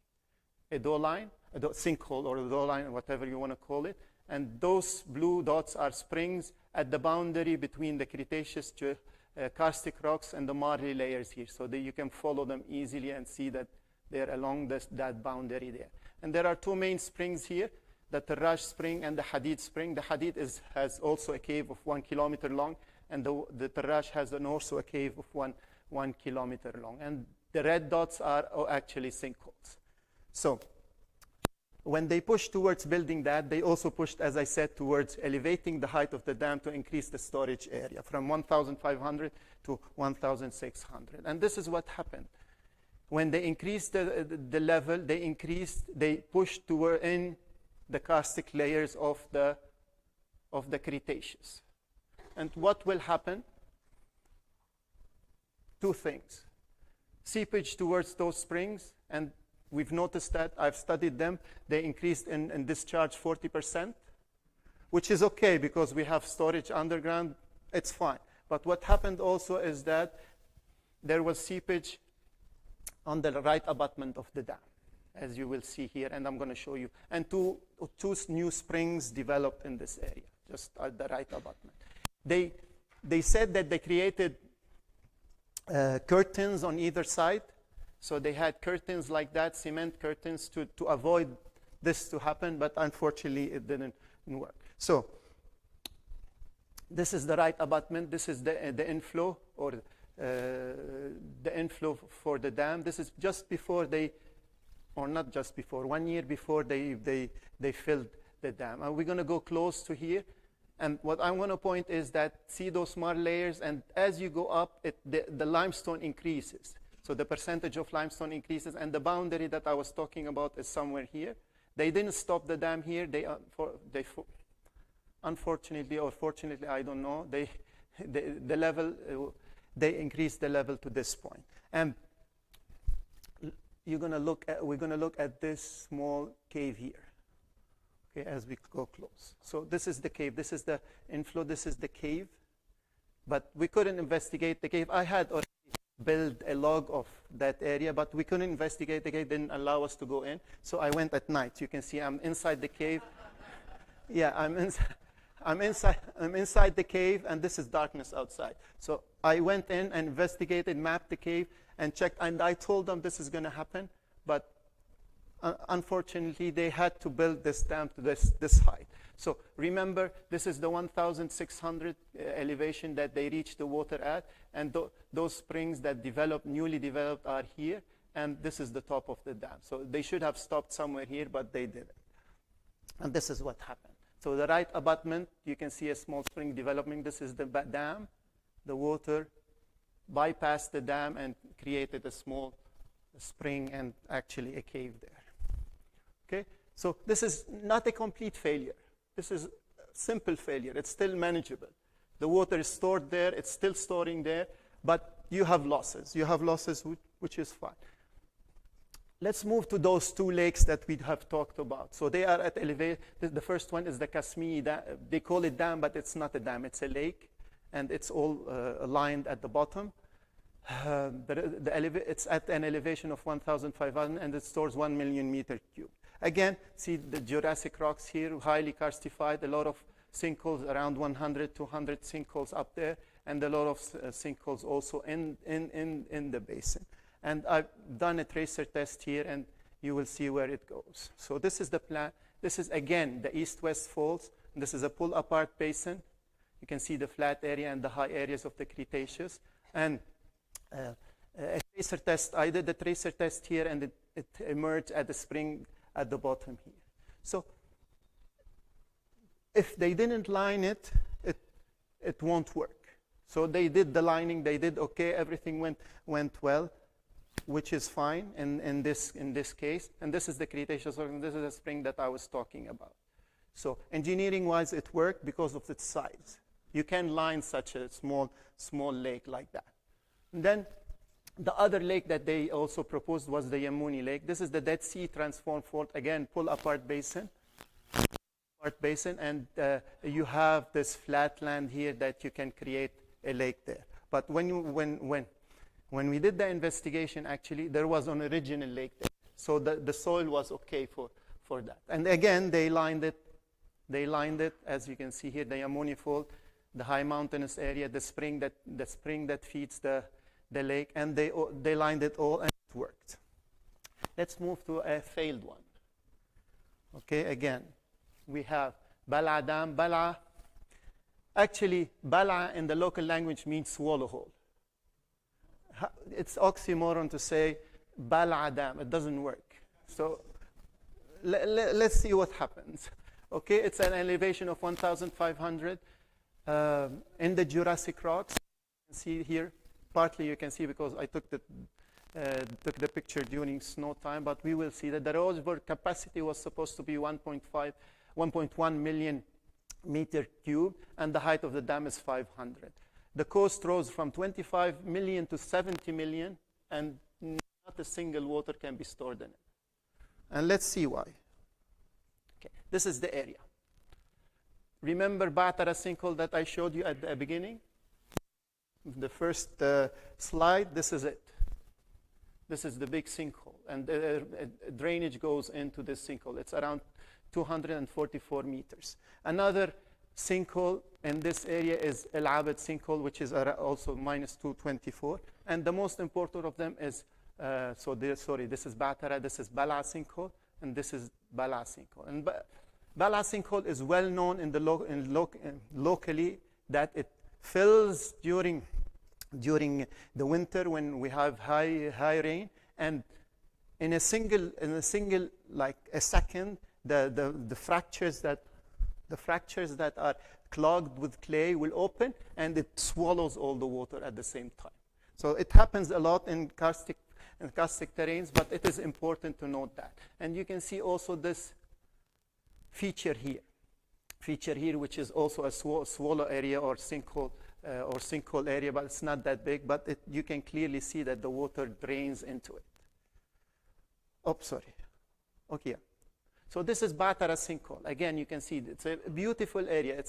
It's a beautiful sinkhole. It's a sight to see. The 3 natural bridges, and there's a huge waterfall inside it. This is the total the sinkhole, 80 meters, then 40s and 80s till around 244 meters deep. So again, this is called Mugrak area. Mugrak means also a swallow water. Where did they put the dam? Look. What do you expect? What, as a karst hydrogeologist, what do you expect? So they build the dam on the area that is, we know it's karstic, we know it's going to swallow water, and this is the Bala area. And after exposing the Jurassic rock at the bottom, because there's a bit of volcanic rocks in this area here, after exposing it, they discovered more than 27 sinkholes. All these dots are sinkholes in the basin, from few centimeters up to tens of meters wide. All right? And one thing I want to note also is that during the 70s, tracer tests were conducted. 70s, tracer tests slightly before the 70s, tracer test was conducted in Batara sinkhole and in Bala sinkhole, and they emerged several kilometers downgraded in a spring with very high speeds. So we know it's very, very karstic, and the depth of water is more than 100 meters, depth of the water table, if we consider there's a water table in karstic rocks. These are examples of what in the basin. This is one of them. See the volcanic rocks, and then when you expose such a highly karstic rock, this is what you get. And what they started to do is they pumped cement. They pumped millions of tons of cement. It didn't work. And after they did that, they started a proper investigation. They did electric resistivity, and they did a few other wells, but it was too late. The cost was very high, and it's not going to hold water. After my research on this, I found that they did few wells in the 70s and a line of ER, but they stopped there. They didn't reinvestigate after the 70s. So this is what happened. It never held water, and the money is lost. And now it's just dead space. I don't know what it is, but it is a dead space. All right, let's move to Msalha Dam, another dam that is more along the coast. This is in the Cretaceous here. And what I want to note is that there are the biggest springs in the eastern coast of the Mediterranean, just here at the tip here. They discharge around 65 meters cubed per second along the coast here. Let's see what happens. This is a reservoir. This is the Msalha Dam, 50 meters above sea level. Capacity 6 million meter cubed. The dam height is 35 meters. I'm not going to go into details of the type of the dam or whatever, because the focus is on what happened. So during their investigation, they drilled wells here. They drilled investigation wells here. And what they found is that highly fractured rocks and a lot of soil, red soil material, which is typical of karst, right? And it's highly fractured. Let's see what happened. So again, the coast rose from 55 to 60 million, and it's still, there's no water there. So this is the aerial view. The springs are here. There are a lot of sea caves here, and you can find a lot of turtles and stuff like that, but they're submerged in water. And the Miocene plateau this is the Miocene plateau. There's an small airfield, and this is the dam here. The dam here with Cretaceous rocks on this side, and marly Cretaceous, upper Cretaceous rocks here. So let's see. Again, the east-west faults, highly fractured in this area. they drilled the wells in those along this road here, and they found that there is fracturing, there is karst, there is a lot of karst. And if you go look in the area there, you'll find tons of caves, you'll find a lot of stuff. But they were targeting the marl. The marl is present here. But having the left abutment on Cretaceous highly fractured karstified rocks, you will most likely fail the first time you fill the dam. Okay, let's have a look at the cross section. This is a simplified cross section, the plateau of the Miocene here, the marly layers that they were targeting, and this is the Cretaceous rocks that are dipping towards the sea, and they are highly fractured in this area. And most of the time, not most of the time, if you have investigated, probably you know that all this storage area is going towards the springs that emerge just north of this site. And this is what happened. They tried to fill it in 2020, it failed. 2021, it failed. 2022, it failed. And they tried to treat those, you can see it's circular. It's almost like a doline or a sinkhole. Doline or a sinkhole. So it failed, and this is another typical example of why engineers and geologists should come together and talk to the politicians, because the politicians has a lot of say on these things sometimes, and they push towards it. And thank you again. This is the Bahtara sinkhole from the bottom. This is me, and my wife took the picture, by the way.